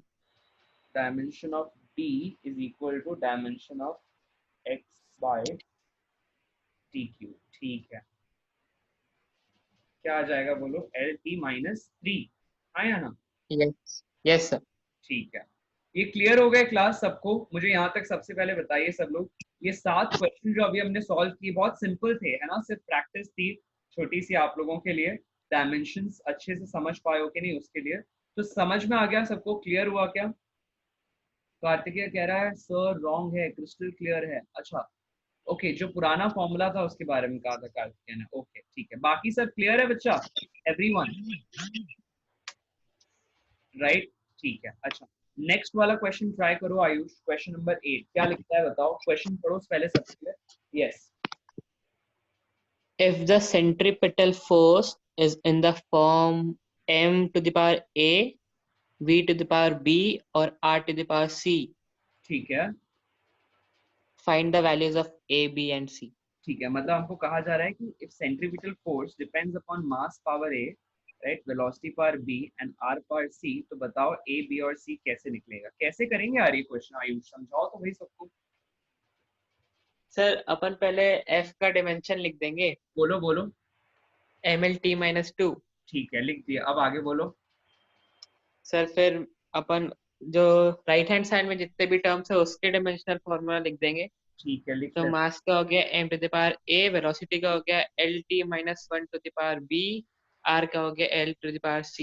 Absolutely correct, आगे बोलो। सर फिर सबको एक्सपैंड कर देंगे तो राइट हैंड साइड वाले को, तो m to the power a, l to the power b plus c, t to the power minus b। अच्छा ठीक है, अब तो अटक गए, सर अब अब क्या करें? सर अब पावर्स मतलब left hand right hand side का बेस सेम है तो पावर्स भी सेम होंगे। अच्छा, बेस सेम है तो पावर इक्वेट, ये तो वही हो गया जो अभी अपन ने पढ़ा था, आया ना? Yes sir. ठीक है, वही कर लेते हैं। अब आगे बोलो क्या करें हम। a इक्वल्स टू 1 आ जाएगा, ठीक है, b 2 आ जाएगा, b plus C is equal to 1 आएगा क्या? b प्लस c पता नहीं, पहले b का तो निकाल सकते हैं, b इक्वल्स टू 2 आ जाएगा ठीक है, b इज इक्वल टू 2 आ गया, आगे बोलो। और c माइनस 1 आ जाएगा। यहीं से निकालें? हाँ सर। यहीं से निकालें इसी तरह से, हाँ या ना? Yes sir. ठीक है, तो c आ जाता है माइनस। ओके, आई होप सबको क्लियर है बच्चा लोग, क्लियर है सबको यहाँ तक? एक और क्वेश्चन करते हैं, उसके बाद फिर एक फाइनल सर्वे लेते हैं। नेक्स्ट वाला क्वेश्चन, ये क्वेश्चन थोड़ा मिलता जुलता है, राइट? अगेन आपको इस क्वेश्चन के लिए कोफिशिएंट ऑफ विस्कोसिटी पता होना चाहिए, बट देन क्योंकि अभी आप लोगों ने वो चैप्टर नहीं पढ़ा है, तो let us excuse you all with that question, कोई दिक्कत नहीं है ना? लेकिन अपन को एक मीनिंग समझ में आ गई कि कैसे फॉर्मूलाज कैलकुलेट करना है, आई कि नहीं आयुष? यस सर आगे। ठीक है, चलो गुड। अच्छा अब नेक्स्ट क्वेश्चन पढ़ो और सॉल्व करो, ठीक है? बोलो। सर 9th वाला कि 10th? 10th वाला पहले मुझे सब लोग बताएंगे। 10th वाला क्वेश्चन सबको क्लियर हो गया है, सबने पढ़ा है? जिसको क्लियर हो गया है क्वेश्चन नंबर 10 वो लोग हैंड रेज करिए। बच्चा लोग please raise your hand if question number 10 is clear to you. Mahevish, Tejas clear है क्या? अच्छा, Tejas doesn't have it, okay. तो एक काम करते हैं बच्चा लोग, है ना, ये वाले जो यहाँ से क्वेश्चन हैं ये मैं आप लोगों के लिए चलो ठीक है, ये तेजस और आई थिंक तेजस ही है जिसके पास बुक नहीं है अभी। देखो ऐसा होता है बच्चा कि अगर कभी आप लोगों के पास बुक नहीं है ना तो मुझे बता दिया करो, एटलीस्ट मैं आप लोगों को क्वेश्चन सेंड कर दूंगा, ठीक है? तो उससे क्या होगा कि ऐसा नहीं होगा कि कोई भी बच्चे ने काम एंड तक नहीं किया है, फिर ऐसा ना हो कि मुझे एंड पे पता चले कि बुक ही नहीं थी, है ना? चलो कोई बात नहीं, कोई दिक्कत नहीं है। अपन ऐसा करते हैं, क्वेश्चन नंबर 10 तो सबको क्लियर है। ऑब्जेक्टिव 1 से लेकर 6 के बीच में मुझे एक एक करके अपन डाउट लेते हैं। क्लास सब लोग हैंड डाउन कर लीजिए। ठीक है क्लास, सभी लोग हैंड डाउन कर लीजिए। ओके, हैंड डाउन कर लीजिए सभी लोग, क्लास एवरीवन। अब ना ऑब्जेक्टिव वाले क्वेश्चंस बनाते हैं, ठीक है। तो मुझे सबसे पहले बताओ कि आयुष एक काम करो, एक एक करके, छोटे से ही हैं, सिर्फ 9 एग्जांपल्स हैं, फटाफट खत्म करते हैं इनको, जहां डाउट होगा वो डिस्कस कर लेंगे, ठीक है। आयुष पढ़ो, तो पहला क्वेश्चन पढ़ो। अब अपन देख रहे हैं ऑब्जेक्टिव। हाँ ठीक है। Yes sir. हाँ तो पहला क्वेश्चन में लिखा है कि which of the following sets cannot enter into the list of fundamental quantities in any system of units? ठीक है। ऑप्शंस में दिया है लेंथ मास वेलोसिटी, पहला ऑप्शन। दूसरा ऑप्शन लेंथ टाइम वेलोसिटी, तीसरा ऑप्शन मास टाइम वेलोसिटी और चौथा ऑप्शन लेंथ टाइम मास। अच्छा, तो बताओ कौन सा ऑप्शन होगा और क्यों होना चाहिए वो? सर बी ऑप्शन होगा। क्यों क्यों क्यों बताओ। सर क्योंकि जैसे लेंथ और टाइम, मान लेते हैं कि अभी लेंथ टाइम और वेलोसिटी तीनों ही फंडामेंटल क्वांटिटीज है। ठीक है, तो अगर अपन मान लेते हैं तो क्वेश्चन क्या बोल रहा है, पहले अच्छे से समझाओ एक बार सबको, क्वेश्चन क्या पूछ रहा है आपसे? क्वेश्चन बोल रहा है कि ऐसे 4 ऑप्शन में से कौन सा है हाँ कि हाँ, जिसमें तीनों फंडामेंटल क्वांटिटीज नहीं है। नहीं हो सकते ऐसा, मतलब क्वेश्चन नहीं हो करते तो भी नहीं हो सकते, ठीक है। हाँ, तो बताओ क्या क्या उसका आंसर क्या है? सर आंसर बी है जिसका ये है लेंथ टाइम और वेलोसिटी। ठीक है, अब क्यों नहीं हो सकते ये तीनों फंडामेंटल, क्यों नहीं बनाए जा सकते ये समझाओ। सर क्योंकि वेलोसिटी को अपन एक्सप्रेस करते हैं लेंथ और टाइम के टर्म्स में। क्योंकि वेलोसिटी को ये टाइम के टर्म्स में एक्सप्रेस करते हैं, तो अगर आपने किसी क्वांटिटी को लेंथ टाइम और वेलोसिटी के टर्म्स में एक्सप्रेस किया, तो अल्टीमेटली वो किसके टर्म्स में एक्सप्रेस हो जाएगी? एल और टी के टर्म्स में एक्सप्रेस हो जाएगी, हाँ या ना? यस राइट, तो इसी वजह से आप लेंथ टाइम और वेलोसिटी को एक बार में फंडामेंटल क्वांटिटीज के फॉर्म में एक्सप्रेस नहीं कर सकते, ठीक है। अगला क्वेश्चन पढ़ो। A physical quantity is measured and the result is expressed as NU, where U is the unit used and N is the numerical value. ठीक है, तो एक फिजिकल क्वांटिटी को मेजर करते हैं, आंसर आता है NU, ये है न्यूमेरिकल क्वांटिटी, ये है यूनिट। जैसे एग्जांपल के लिए अगर मैंने वेट मेजर किया किसी का, ठीक है, और वेट आता है इंसान का सपोज 50 न्यूटन, कितना आता है? 50 न्यूटन। तो मैं कह रहा हूँ वैसे 50 न्यूटन तो नहीं होता है, अपन एक काम करते हैं थोड़ा ज्यादा ले लो, ठीक है। Suppose somebody weighs let's say 40 kg, तो उसके लिए अपन 400 न्यूटन ले लेते हैं, ठीक है। हाँ आगे बोलो। If the result is expressed in various units, then option A, N is directly proportional to size of U, B, N is directly proportional to U square, C, N is directly proportional to square root of U, or N is inversely proportional to U. अच्छा, ये तो कुछ पढ़ा पढ़ा सा लग रहा है यार। Yes sir. बताओ क्या होना चाहिए, मैं एक बार ऑप्शन लिख लेता हूँ। तो हमको ये पूछा जा रहा है कि न्यूमेरिकल क्वांटिटी और उसका यूनिट एक दूसरे के बीच में किस तरह की प्रोपोर्शनैलिटी शेयर करते हैं। हाँ बताओ, ये मुझे याद आ रहा है, शायद ये क्वेश्चन आप में से किसी एक ने डाउट भी पूछा था। हाँ एक दो लोगों ने पूछा था, बोलो बोलो। सर ऑप्शन है D. ऑप्शन है D, N is inversely proportional to U. अच्छा, n is inversely proportional to, ये सबको याद आ रहा है। अपन ने इस तरह से पढ़ा था कि क्वांटिटी और यूनिट एक दूसरे के कैसे होते हैं? Inversely proportional. कैसे होते हैं? इनवर्सली प्रोपोर्शनल, ठीक है। आयुष तुम थे उस वक्त जब हमने डिस्कस किया था क्लास में? Yes sir था। ठीक है, चलो गुड। अच्छा नेक्स्ट क्वेश्चन पढ़ो कोई। अब अपन अब वीरज को लेते हैं, चलो गुड बच्चा गुड। ओके ओके, तो वीरज क्वेश्चन नंबर 3 पढ़ो तो। So suppose a quantity x can be dimensionally represented in terms of m, l, and t. ठीक है। That is, the dimension of x is equal to m to the power a, l to the power b, and t to the power c. ठीक है। The quantity mass a can always be dimensionally represented in terms of L, T, and x. ठीक है। Option B can never be dimensionally represented in terms of L, T, and x. Okay. Option E may be represented in terms of L, T, and x if a is equal to 0. Okay. and option D is may be represented in terms of L, T and X if A is unequal to 0. अच्छा, answer क्या है और क्यों है समझाओ। पहले question Sir, बताओ सबको, क्वेश्चन समझाओ, क्वेश्चन क्या बोल रहा है। अपन को sir, मास question. मास को रिप्रेजेंट करना है दूसरे के टर्म्स में, ऐसा कह रहा है क्या। Yes, sir.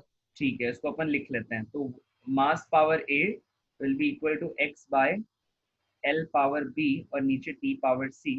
अब अपन क्या लिख सकते हैं कि mass is equal to this whole power 1 by a x का पावर l पावर b और t पावर c, ऐसा ही कुछ। हाँ या ना। अपन मान लेते हैं कि चलो जो क्वांटिटी लेंथ पर है ना उसको अपन एक कोई वेरिएबल नाम देते हैं, सपोज l, ठीक है, जिसका डायमेंशन t है, अपन उसको टाइम मान लेते हैं, उसका पावर c, और ये जो x है इसका तो टोटल में पावर 1 ही है।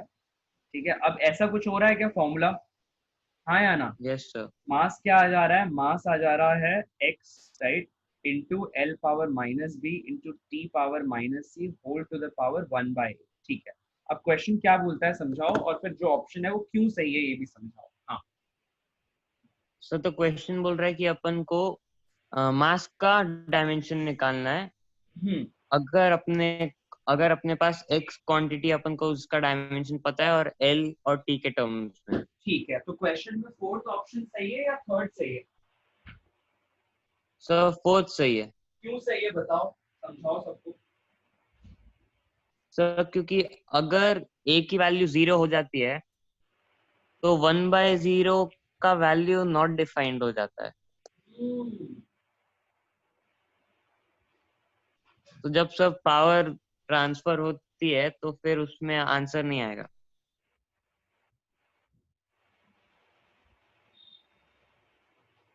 बिल्कुल सही, बिल्कुल सही, करेक्ट, वेरी करेक्ट। तो क्वेश्चन में एक ऑप्शन दिया गया है कि ऐसा पॉसिबल होने के लिए ऐसा पॉसिबल होने के लिए ए को नॉन जीरो होना पड़ेगा, और ये बिल्कुल सही भी है, क्योंकि अगर ए जीरो हो गया है ना तो 1/0, इसका मतलब अगर सपोज यहाँ पर ए को आपने जीरो डाल दिया तो कैसा हो जाएगा x.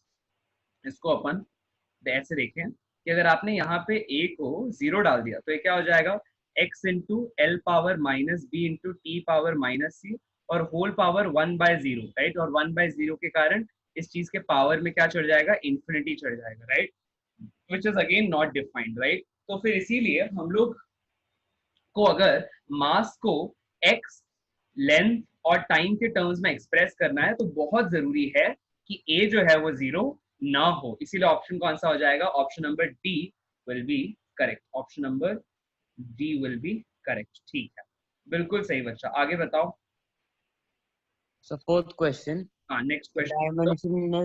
A dimensionless quantity A never has a unit, B always has a unit, C may have a unit and D does not exist. अच्छा, मतलब कोई भी क्वांटिटी जो डायमेंशन लेस है क्या उसका यूनिट हो सकता है, ये सवाल पूछा गया। एक बहुत ही इंपॉर्टेंट सवाल है, और बच्चों याद रखना ये क्वेश्चन कहीं ना तुमको घूम के तुम्हारे पीछे पड़ेगा ही, तो इसको समझ लेना याद से। सिर्फ सिर्फ आंसर दिया हुआ है बुक में करके प्रूव मत करना, मुझे समझाओ। हाँ ट्राई करो Neeraj. So the answer will be may have a unit. It may have a unit, मतलब क्यों never has a unit, no, हर डायमेंशनलेस क्वांटिटी के पास यूनिट कहाँ से आ सकता है। नहीं सर, फॉर एग्जांपल जब डिग्रीज अपन एंगल्स मेजर करते हैं। बोलो बोलो अच्छे से समझाओ पूरा। सर, तो फिर उसमें एंगल्स भी डायमेंशनलेस होते हैं बट उसका एक यूनिट होता है डिग्री, तो डायमेंशनलेस क्वांटिटी के यूनिट भी हो सकते हैं। ठीक है, तो मतलब हम लोगों ने समझा कि अगर कोई क्वांटिटी का, अगर किसी क्वांटिटी का डायमेंशन है, ठीक है, तो उसका यूनिट तो होगा ही होगा, लेकिन अगर देखो यहाँ मैं लिख रहा हूँ, ठीक है, इस बात को जैसा अभी अपन ने एक और वाइस वर्सा वाली चीज पढ़ा था ना, उसी को देखते हैं। अगर किसी क्वांटिटी का डायमेंशन है, ठीक है, if dimension is yes right, तो यूनिट होना ही है। लेकिन अगर डायमेंशन ना हो, डायमेंशन अगर ना हो तो यूनिट हो भी सकता है और नहीं भी हो सकता है। ऐसा भी हो सकता है, मतलब जैसा एक ऑब्वियस केस होता है, एक आदमी जनरली क्या सोचेगा कि अगर जैसे I just right it here just, कि अगर किसी क्वांटिटी के लिए आपके पास डायमेंशन नहीं है, तो एक आदमी जनरली ये सोचेगा कि उसका यूनिट भी नहीं होगा। लेकिन अगर उसका डायमेंशन नहीं है तो हो सकता है ऐसे केस में भी क्या हो, यूनिट हो, राइट, यूनिट इज पॉसिबल। और फिर उसका एक एग्जांपल दिया गया, क्या एग्जांपल दिया गया कि जैसे अगर अपन लिखते हैं theta is equal to let's say pi bye 6 radiance, है ना, तो पाई बाय 6 रेडियंस यूनिट तो है, क्योंकि रेडियन तो यूनिट है, हमने पढ़ा है। किस तरह का यूनिट है रेडियन, याद आ रहा है क्या सबको? वीरज याद आ रहा है कि अपन ने कौन कौन से टाइप ऑफ यूनिट्स पढ़े और रेडियंस किस टाइप का यूनिट है? Yes sir. बताओ बताओ।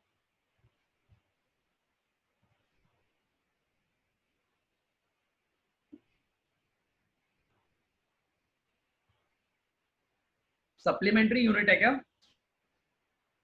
सोच के बताओ, अभी नहीं तो नेक्स्ट क्लास में बताओ, लेकिन बताना है, ठीक है? चलो कोई दिक्कत नहीं, आगे बताओ। नेक्स्ट क्वेश्चन नंबर, ये लिख लिया ना सबने? ठीक है, यहां तक कोई डाउट है किसी को? हैंड रेज करो अगर है तो। एनीबॉडी विथ एनी क्वेरी यहां तक? ठीक है। अच्छा, question number 5। Okay, question number 5 कैसे होगा बताओ? कौन पढ़ेगा ये? So will take again, I think Veeraj के बाद लास्ट से फिर शुरू करें, तेजस को लेते हैं, ठीक है? हाँ तेजस बताओ क्वेश्चन नंबर 5। अच्छा, क्वेश्चन में लिख देता हूँ आपके लिए। सो तेजस, क्वेश्चन दिया हुआ है आपके पास कि ना, क्या अगर कोई क्वांटिटी यूनिटलेस है ना, तो उसका क्या मतलब है? A quantity which is unitless, a unitless quantity,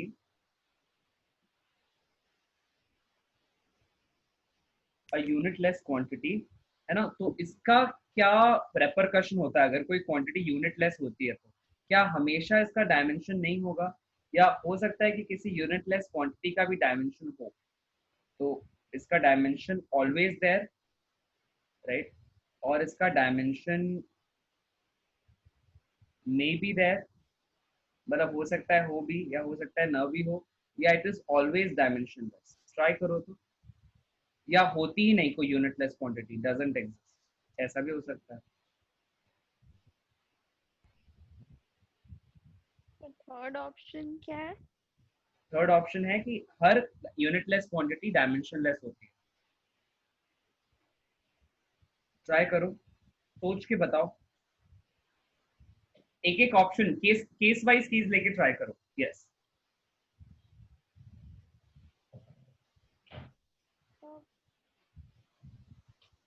always तो होगा नहीं। जैसे मैं अगर इसको टर्न कर दूं, सपोज एग्जैक्टली ये नहीं दिए हुए हैं, ठीक है, अपन इसको थोड़ा सा टर्न कर देते हैं। Let's take one of the class members और फिर तुम आंसर करना, आई ठीक है? थिंक सी। ट्राई करते हैं, ठीक है, राहुल को लेते हैं, 1 मिनट, है ना? हाँ राहुल, क्वेश्चन पढ़ के बताओ तो तेजस को। Yes, I think I have written this unitless. हाँ बोलो तो राहुल, क्या है क्वेश्चन?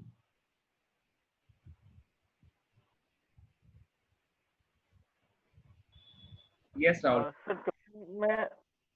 सर क्वेश्चन में हमें पूछा है कि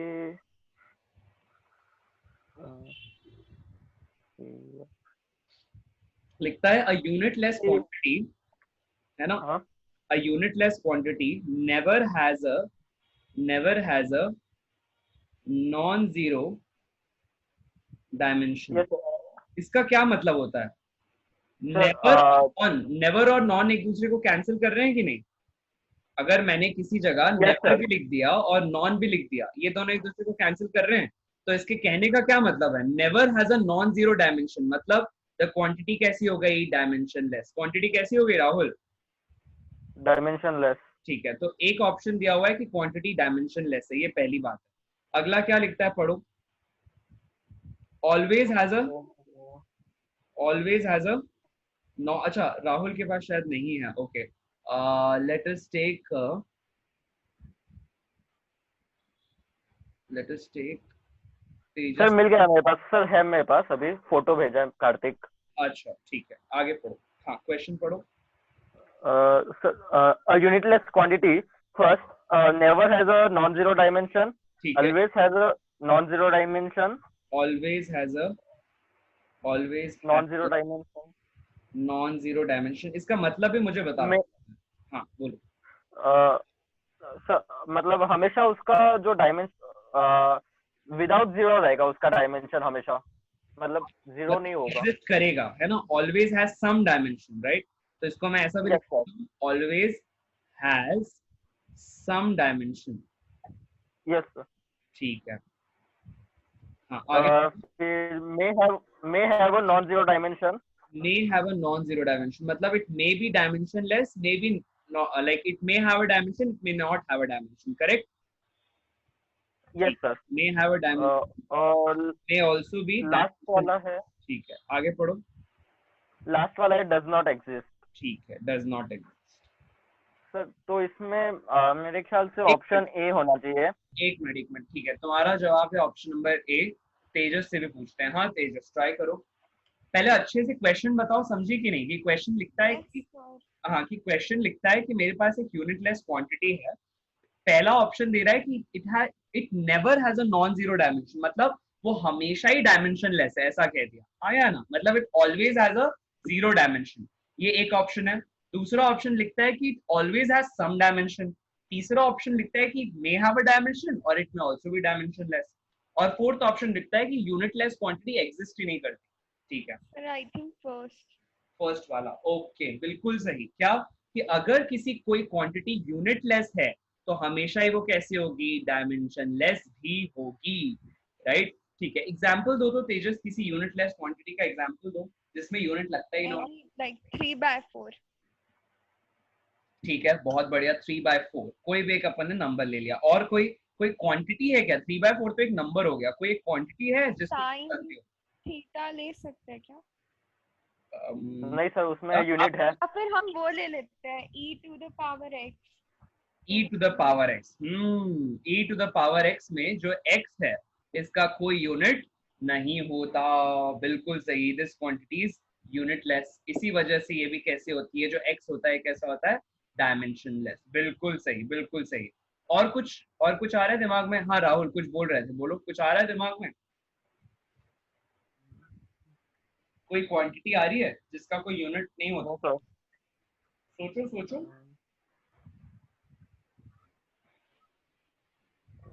रेशियो जैसा कुछ सुना है क्या सबने? Yes sir. रेशियोज कैसे होते हैं, डायमेंशनलेस होते हैं कि नहीं? तो जैसे अगर मैं एक वेलोसिटी का दूसरे वेलोसिटी से रेशियो ले लूं तो कैसा आ जाता है वो, डायमेंशनलेस। अरे वाह, कार्तिकेय ने दो और एग्जांपल भेजे हैं। क्या? जैसे अगर मैं लिखूं log of something of x, तो ये x भी कैसा होता है, डायमेंशनलेस होता है कि नहीं, और यूनिटलेस भी होता है, राइट। ठीक है, और भी एग्जांपल भेजे हैं महिवेश ने, अच्छा कुशल ने भी भेजा है कि सर पाई जो नंबर है ये भी कैसा है, यूनिटलेस है, और कैसा है, डायमेंशनलेस है। अरे वाह, ये तो नंबर्स की भरमार लग गई। कार्तिकेय ने एक और एग्जांपल भेजा है कि सर जो रिफ्रैक्टिव इंडेक्स होता है, सबने पढ़ा है क्या रिफ्रैक्टिव इंडेक्स के बारे में, कि अभी कुछ ने नहीं पढ़ा है? सबने पढ़ा है? ठीक है, तो रिफ्रैक्टिव इंडेक्स के बारे में हमने क्या पढ़ा है कि रिफ्रैक्टिव इंडेक्स भी क्या होता है, रेशियो होता है ना, क्योंकि वो रेशियो है इसीलिए उसका भी कोई यूनिट नहीं है, डायमेंशन भी नहीं है। कुशल, ऑल टाइप ऑफ कांस्टेंट्स मे और may not be the right answer, क्योंकि कुछ ऐसे कांस्टेंट्स होते हैं कुशल, है ना, कुछ ऐसे कांस्टेंट्स होते हैं जिनका डायमेंशन हो तो हम हमेशा उनको यूनिटलेस नहीं बोल सकते। Some constants may have a unit, right, some constants may have a unit and some constants are unitless. ये दोनों कैटेगरी मान के चलो, जैसे जैसे आप लोग आगे बढ़ोगे ना एग्जाम्पल आते जाएंगे। इनफैक्ट तब आप ही मुझे बोलोगे अच्छा सर इस यूनिट का तो कांस्टेंट है, इस यूनिट का तो डायमेंशन है। जैसे आप लोग शायद अभी पढ़ चुके होंगे क्लास 10th में। कुशल मेरे को एक बात बताओ, आपने इक्वेशन पढ़ी है क्या, मुझे बताना। PV is equal to NRT जैसा पढ़ा है क्या कुछ? Yes sir. इसमें R क्या होता है ये बताओ। Sir R is gas constant. Gas constant, और इसको मैं और क्या लिख सकता हूँ, यूनिवर्सल गैस कांस्टेंट लिख सकता हूँ क्या? Yes sir. है ना, तो अगर ये गैस कांस्टेंट है तो ये तो एक कांस्टेंट है, इसका मतलब इसका यूनिट नहीं होना चाहिए, हाँ या ना? हो सकता है सर। हाँ हो सकता है सर, होता ही है, हो सकता है क्या, होता ही है। क्या होता है R का यूनिट बताओ? वैल्यू क्या होती है 8.314 जूल पर मोल पर केल्विन होती है क्या, राइट? तो अब ये यूनिट है, राइट? और ये क्वांटिटी कैसी है, कांस्टेंट। क्वांटिटी कैसी है, कांस्टेंट। तो इसका मतलब जरूरी नहीं है कुशल कि हर कांस्टेंट में कोई यूनिट ना आए, यानी कि कुछ यूनिट्स कुछ कांस्टेंट्स यूनिटलेस भी होते हैं, तो बाकी के जो कांस्टेंट्स हैं उनमें यूनिट होता भी है। एग्जाम्पल अपन ने देख लिया। क्लियर है क्या कुशल ये बात? यस, याद रहेगी yes, sir. पक्का? Yes sir. चलो good, I am very happy कि तुमने ये जवाब दिया, क्योंकि इससे अपन ने नया पॉइंट याद रखा, right? We'll keep this in mind. ठीक है, चलो गुड गुड गुड। ओके, अब ऐसा करते हैं,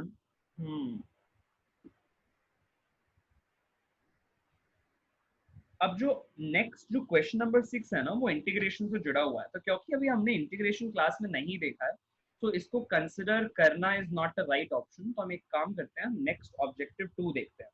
क्विकली कुशल आगे पढ़ो, ऑब्जेक्टिव 2 सबको पढ़ के बताओ, या अभी I think Tejas was doing it, तो आप क्वेश्चन पढ़ो, Tejas will try to answer it. हाँ कुशल पढ़ो question, objective 2 DC sorry HC Verma. Yes बच्चा पढ़ो।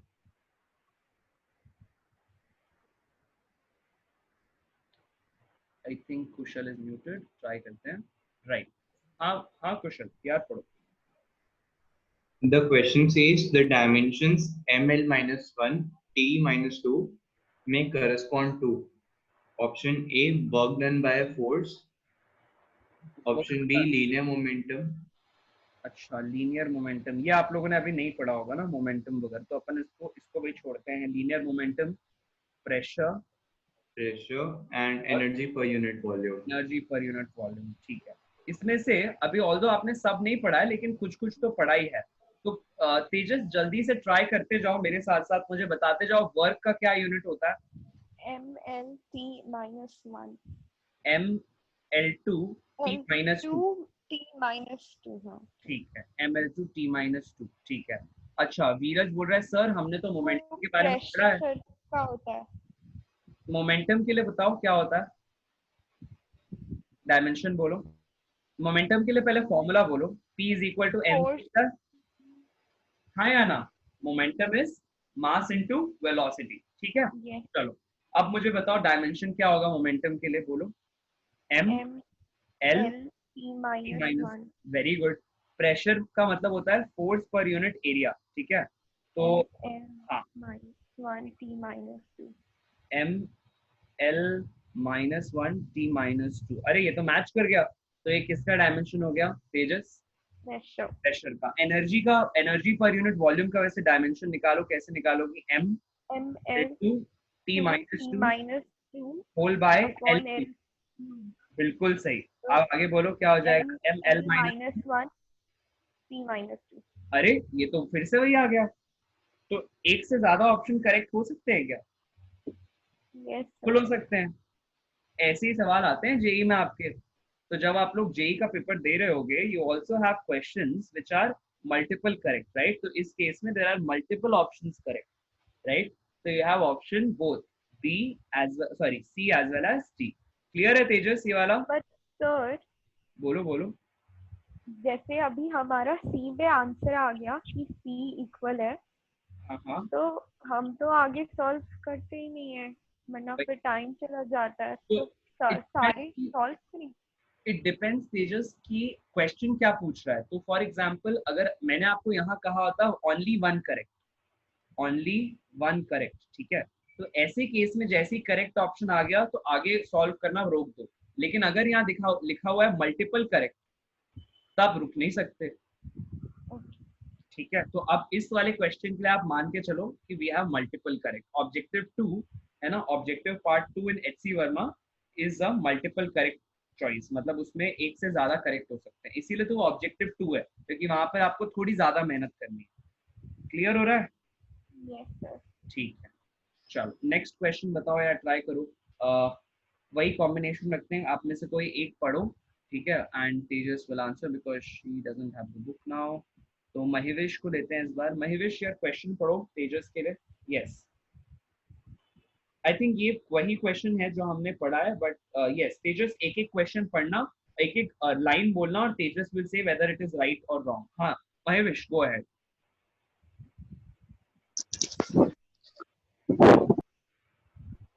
A dimensionally correct. Choose the correct statement or statements. Option A says may be correct. Option B, a dimensionally correct एक minute. तो पहला option दिया हुआ है तेजस कि equation may be incorrect. एक मिनट बच्चा, एक मिनट. तो हमारे पास तेजस इस क्वेश्चन में 4 ऑप्शंस हैं, है ना. एक एक करके Mahevish is reading all the 4. ठीक है Mahevish, एक एक करके पढ़ना. ठीक है, थोड़ा टाइम दो. Right, 1 minute. हाँ शुरू करो. फर्स्ट ऑप्शन बोलो. इसमें से अपन को बताना है कौन सा ऑप्शन सही है. ठीक है, which one of the following is correct. हाँ Mahevish, एक एक करके पढ़ो, धीरे धीरे पढ़ो. हाँ.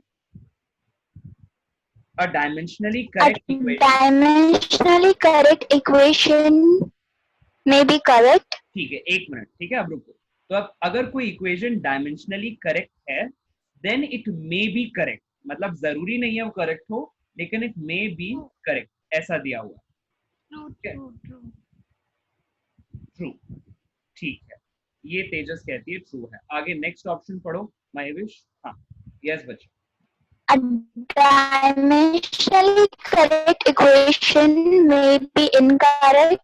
ठीक है, क्या ऐसा हो सकता है कि कोई इक्वेशन को अपन को जिसको अपन ने प्रूव किया कि वो डायमेंशनली तो करेक्ट है, लेकिन फिर बाद में पता चल जाए कि एक्चुअली वो इनकरेक्ट है, तो इट मे बी इनकरेक्ट. क्या ये हो सकता है कभी तेजस? ऐसा हो सकता है? एग्जाम्पल दो सर. अभी पिछले में कार्तिकेय और सबने दिया था. हाँ, जैसे एनर्जी बिल्कुल equal to half mv square होता है, तो हम कांस्टेंट चेंज कर देंगे तो फिर करेक्ट. हो सकता है. करेक्ट, कांस्टेंट चेंज करेंगे तो इक्वेशन डायमेंशनली तो सेम रहेगी. राइट, और वो कौन सा कांस्टेंट था? वो डायमेंशनलेस कांस्टेंट था जिसको अपन ने चेंज कर दिया था. राइट, अगर ये कांस्टेंट का कोई डायमेंशन होता तो हम चेंज नहीं कर सकते थे. राइट, तो अगर हमने किसी डायमेंशनलेस कांस्टेंट को बदल दिया तो वो इक्वेशन डायमेंशनली तो सही हो गई, दोनों के डायमेंशन तो अब भी सेम आएंगे, लेकिन वो इक्वेशन इनकरेक्ट हो सकती है. राइट, तो ये ऑप्शन भी सही हो गया. ठीक है, ऑप्शन नंबर सी पढ़ो तो Mahevish. A dimensionally incorrect equation may be correct. Okay, तो अब अगला क्वेश्चन है कि अगर कोई इक्वेशन डायमेंशनली इनकरेक्ट है तो क्या वो करेक्ट हो सकती है? It may be correct. क्या ये पॉसिबल है? No sir. ओके, तो ये पॉसिबल बिल्कुल नहीं है. अपन ने ये भी पढ़ लिया. ठीक है, आगे पढ़ो बच्चा. यस Mahevish, बोलो. A dimensionally incorrect equation may be incorrect. Okay, क्या dimensionally incorrect equation may be incorrect या it's always incorrect? Always incorrect. हाँ, it's always incorrect. It's always incorrect. तो इसीलिए अपने पास 2 के लिए, लेकिन although it is always incorrect, लेकिन it may be incorrect भी हम मान सकते हैं किसी तरह से कि हाँ भाई अब डायमेंशनली इनकरेक्ट है तो ऑफ कोर्स इक्वेशन तो इनकरेक्ट होगी ही, लेकिन इट मे बी इनकरेक्ट भी गलत नहीं है कहना, क्योंकि इनकरेक्ट तो है ही. राइट, तो ऑल्दो बेहतर ये होगा इसको कहना इट मस्ट बी इनकरेक्ट, लेकिन अगर मे भी लिखा है तो भी उसको ऑन द थ्रेशोल्ड केस अपन सही मान सकते हैं. लेकिन उससे भी ज्यादा सही तब मानते जब यहाँ लिखा होता must be incorrect. Sorry, must be incorrect. ठीक है, क्लियर है क्या तेजस?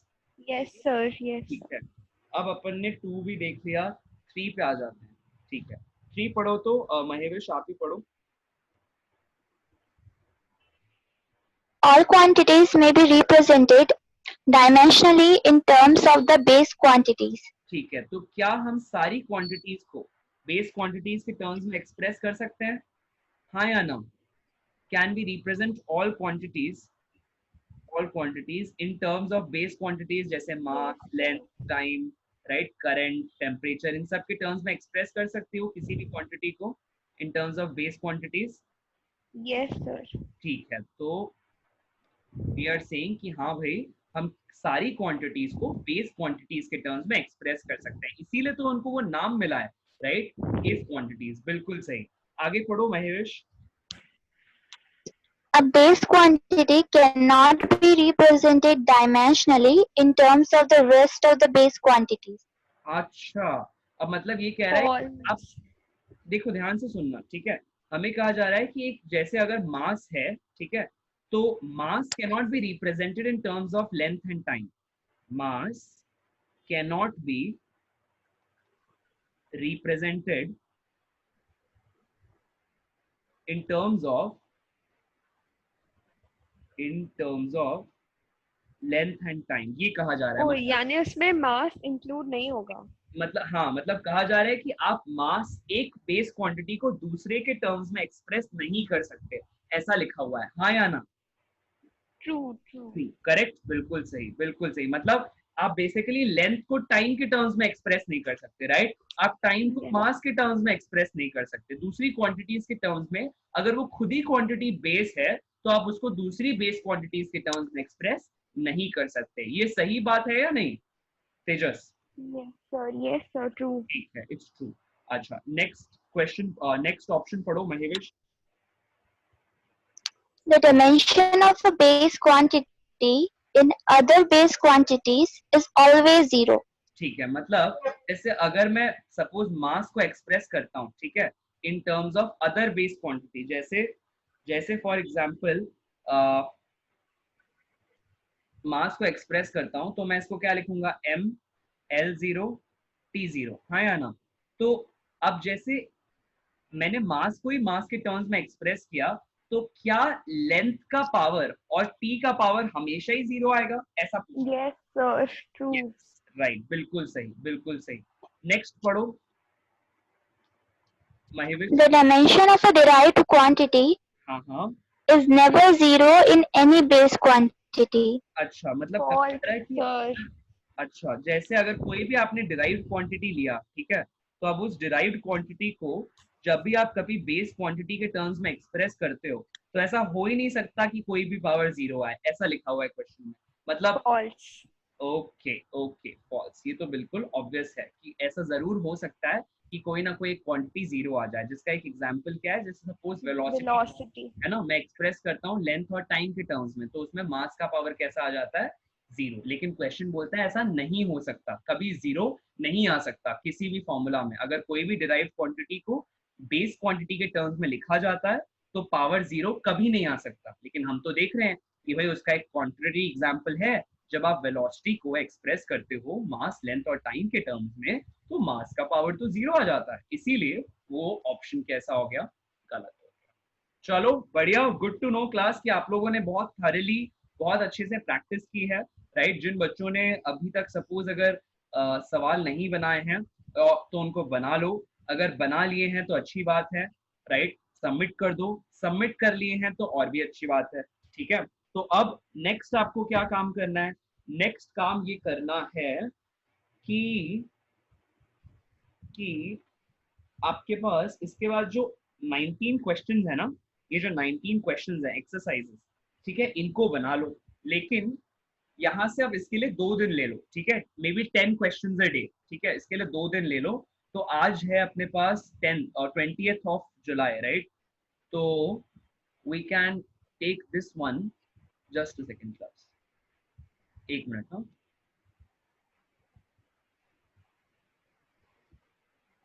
ओके, हाँ, कार्तिकेय को एक डाउट है, ठीक है, वो ले लेते हैं. तो आई वाज सेइंग कि आपके पास इसमें 20 क्वेश्चन हैं, 10-10 क्वेश्चन भी एक दिन में बनाते हो, क्या बोलते हो? फ्राइडे को डाउट ले लें, फ्राइडे तक कर लोगे 20 questions, 10 each day, may be 5 in the morning, 5 in the night, फिर से 5 in the morning, 5 in the night. Try करो, ज्यादा से ज्यादा यही होगा कि नहीं बनेगा तो अपन उसको बना लेंगे, ठीक है. बच्चा लोग कौन कौन एक दिन में 5 क्वेश्चन करके आने वाले 2 दिन के अंदर, आने वाले 2 दिन के अंदर 20 क्वेश्चन कर सकता है, वो हैंड रेज कर लो. कौन बच्चा, कौन कौन आप लोगों में से her at a time 5 questions कर सकता है ताकि 2 दिन में 20 क्वेश्चन खत्म कर ले, तो हैंड रेज कर लो. कोई बड़ा काम भी नहीं है, एक बार में 5 ही क्वेश्चन करने हैं तो फटाफट हो जाएंगे. मॉर्निंग में बैठे 5 किए, इवनिंग में फिर 5 किए, फिर अगले दिन 5 किए, फिर 5 किए, तो फटाफट हो गए, ठीक है. तो अपने काम को ऐसे ही बांटना सीखो, ठीक है, छोटे छोटे टाइम इंटरवल्स में बांट दो, तो क्वेश्चन आसान हो जाता है बहुत काम. ठीक है, अब कार्तिकेय का क्वेश्चन लेते हैं। सो हैंड रेज करो तो सभी लोग, जो बच्चे आने वाले 2 दिन में सवाल कर सकते हैं, 20 सवाल। ठीक है, सब कर सकते हैं तो ट्राई करो, ठीक है, अटेम्प्ट करो। नहीं बनते हैं तो कोई बात नहीं, बन जाते हैं तो अच्छी बात है, अपन सब सवाल हल कर लेंगे क्लास में, ठीक है। ओके, तो अब अपन आ जाते हैं कार्तिकेय, तुम्हें जो वेक्टर्स में डाउट है ना, अभी क्लास में सबने एक्चुअली जितने भी लोग हैं सबने वेक्टर्स क्योंकि नहीं देखा है मेरे साथ, तो उनको हो सकता है थोड़ी दिक्कत हो, राइट। तो अपन एक बार फिर भी पढ़ते हैं क्वेश्चन। ओके, तो मैं सभी लोग कार्तिकेय 1 मिनट में तुम्हें अनम्यूट कर रहा हूँ, सबको बताओ कौन सा क्वेश्चन है, राइट। तो सभी लोग वो ओपन करेंगे, ठीक है। हाँ कार्तिकेय बच्चों, सबको बताओ। ये स्पेशल केस पे अपन डाउट ले रहे हैं, लेकिन अपन ये लेंगे ही जब ये चैप्टर आएगा, ठीक है। हाँ बोलो। पेज नंबर 29 पर क्वेश्चन नंबर 9 है क्या? Yes sir. ठीक है, अच्छा। तो इस क्वेश्चन को मुझे एक्चुअली तुम लोगों को समझाने में थोड़ा समय लगेगा। एक काम करते हैं, सबको 1 दिन का टाइम देते हैं, जब अपन नेक्स्ट डाउट क्लास में मिलते हैं ये वाला क्वेश्चन भी बना लेते हैं, ठीक है। Yes sir. ठीक है, तो क्वेश्चन नंबर 9 सब लोग ट्राई करो, ठीक है। हो सकता है कार्तिकेय तुम्हारा ही कोई बैचमेट तुमको एक क्वेश्चन समझाए, राइट। तो अपन लोग क्लास में ये कल्चर बनाएंगे, ठीक है, हेल्पिंग कल्चर, मतलब एक बच्चे से नहीं बना तो दूसरे को उसको हेल्प करना, ठीक है।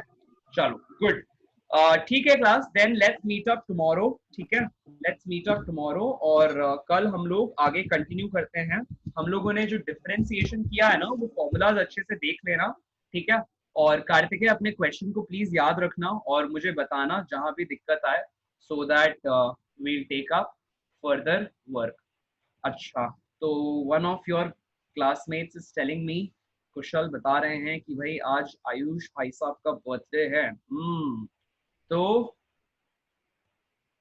ओके, ठीक है, बहुत बढ़िया बहुत बढ़िया। आयुष जी, जन्मदिन की बहुत बहुत शुभकामनाएं, right. I pray God that may you be blessed with good health, wealth, wisdom, right.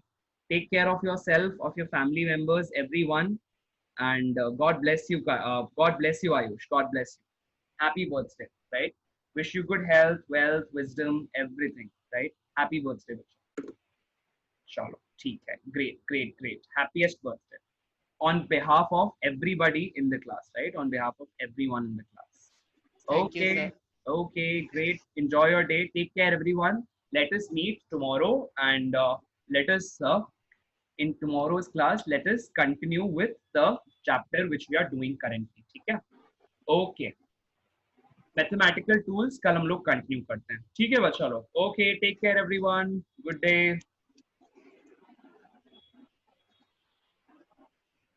Bye bye class, have a good day.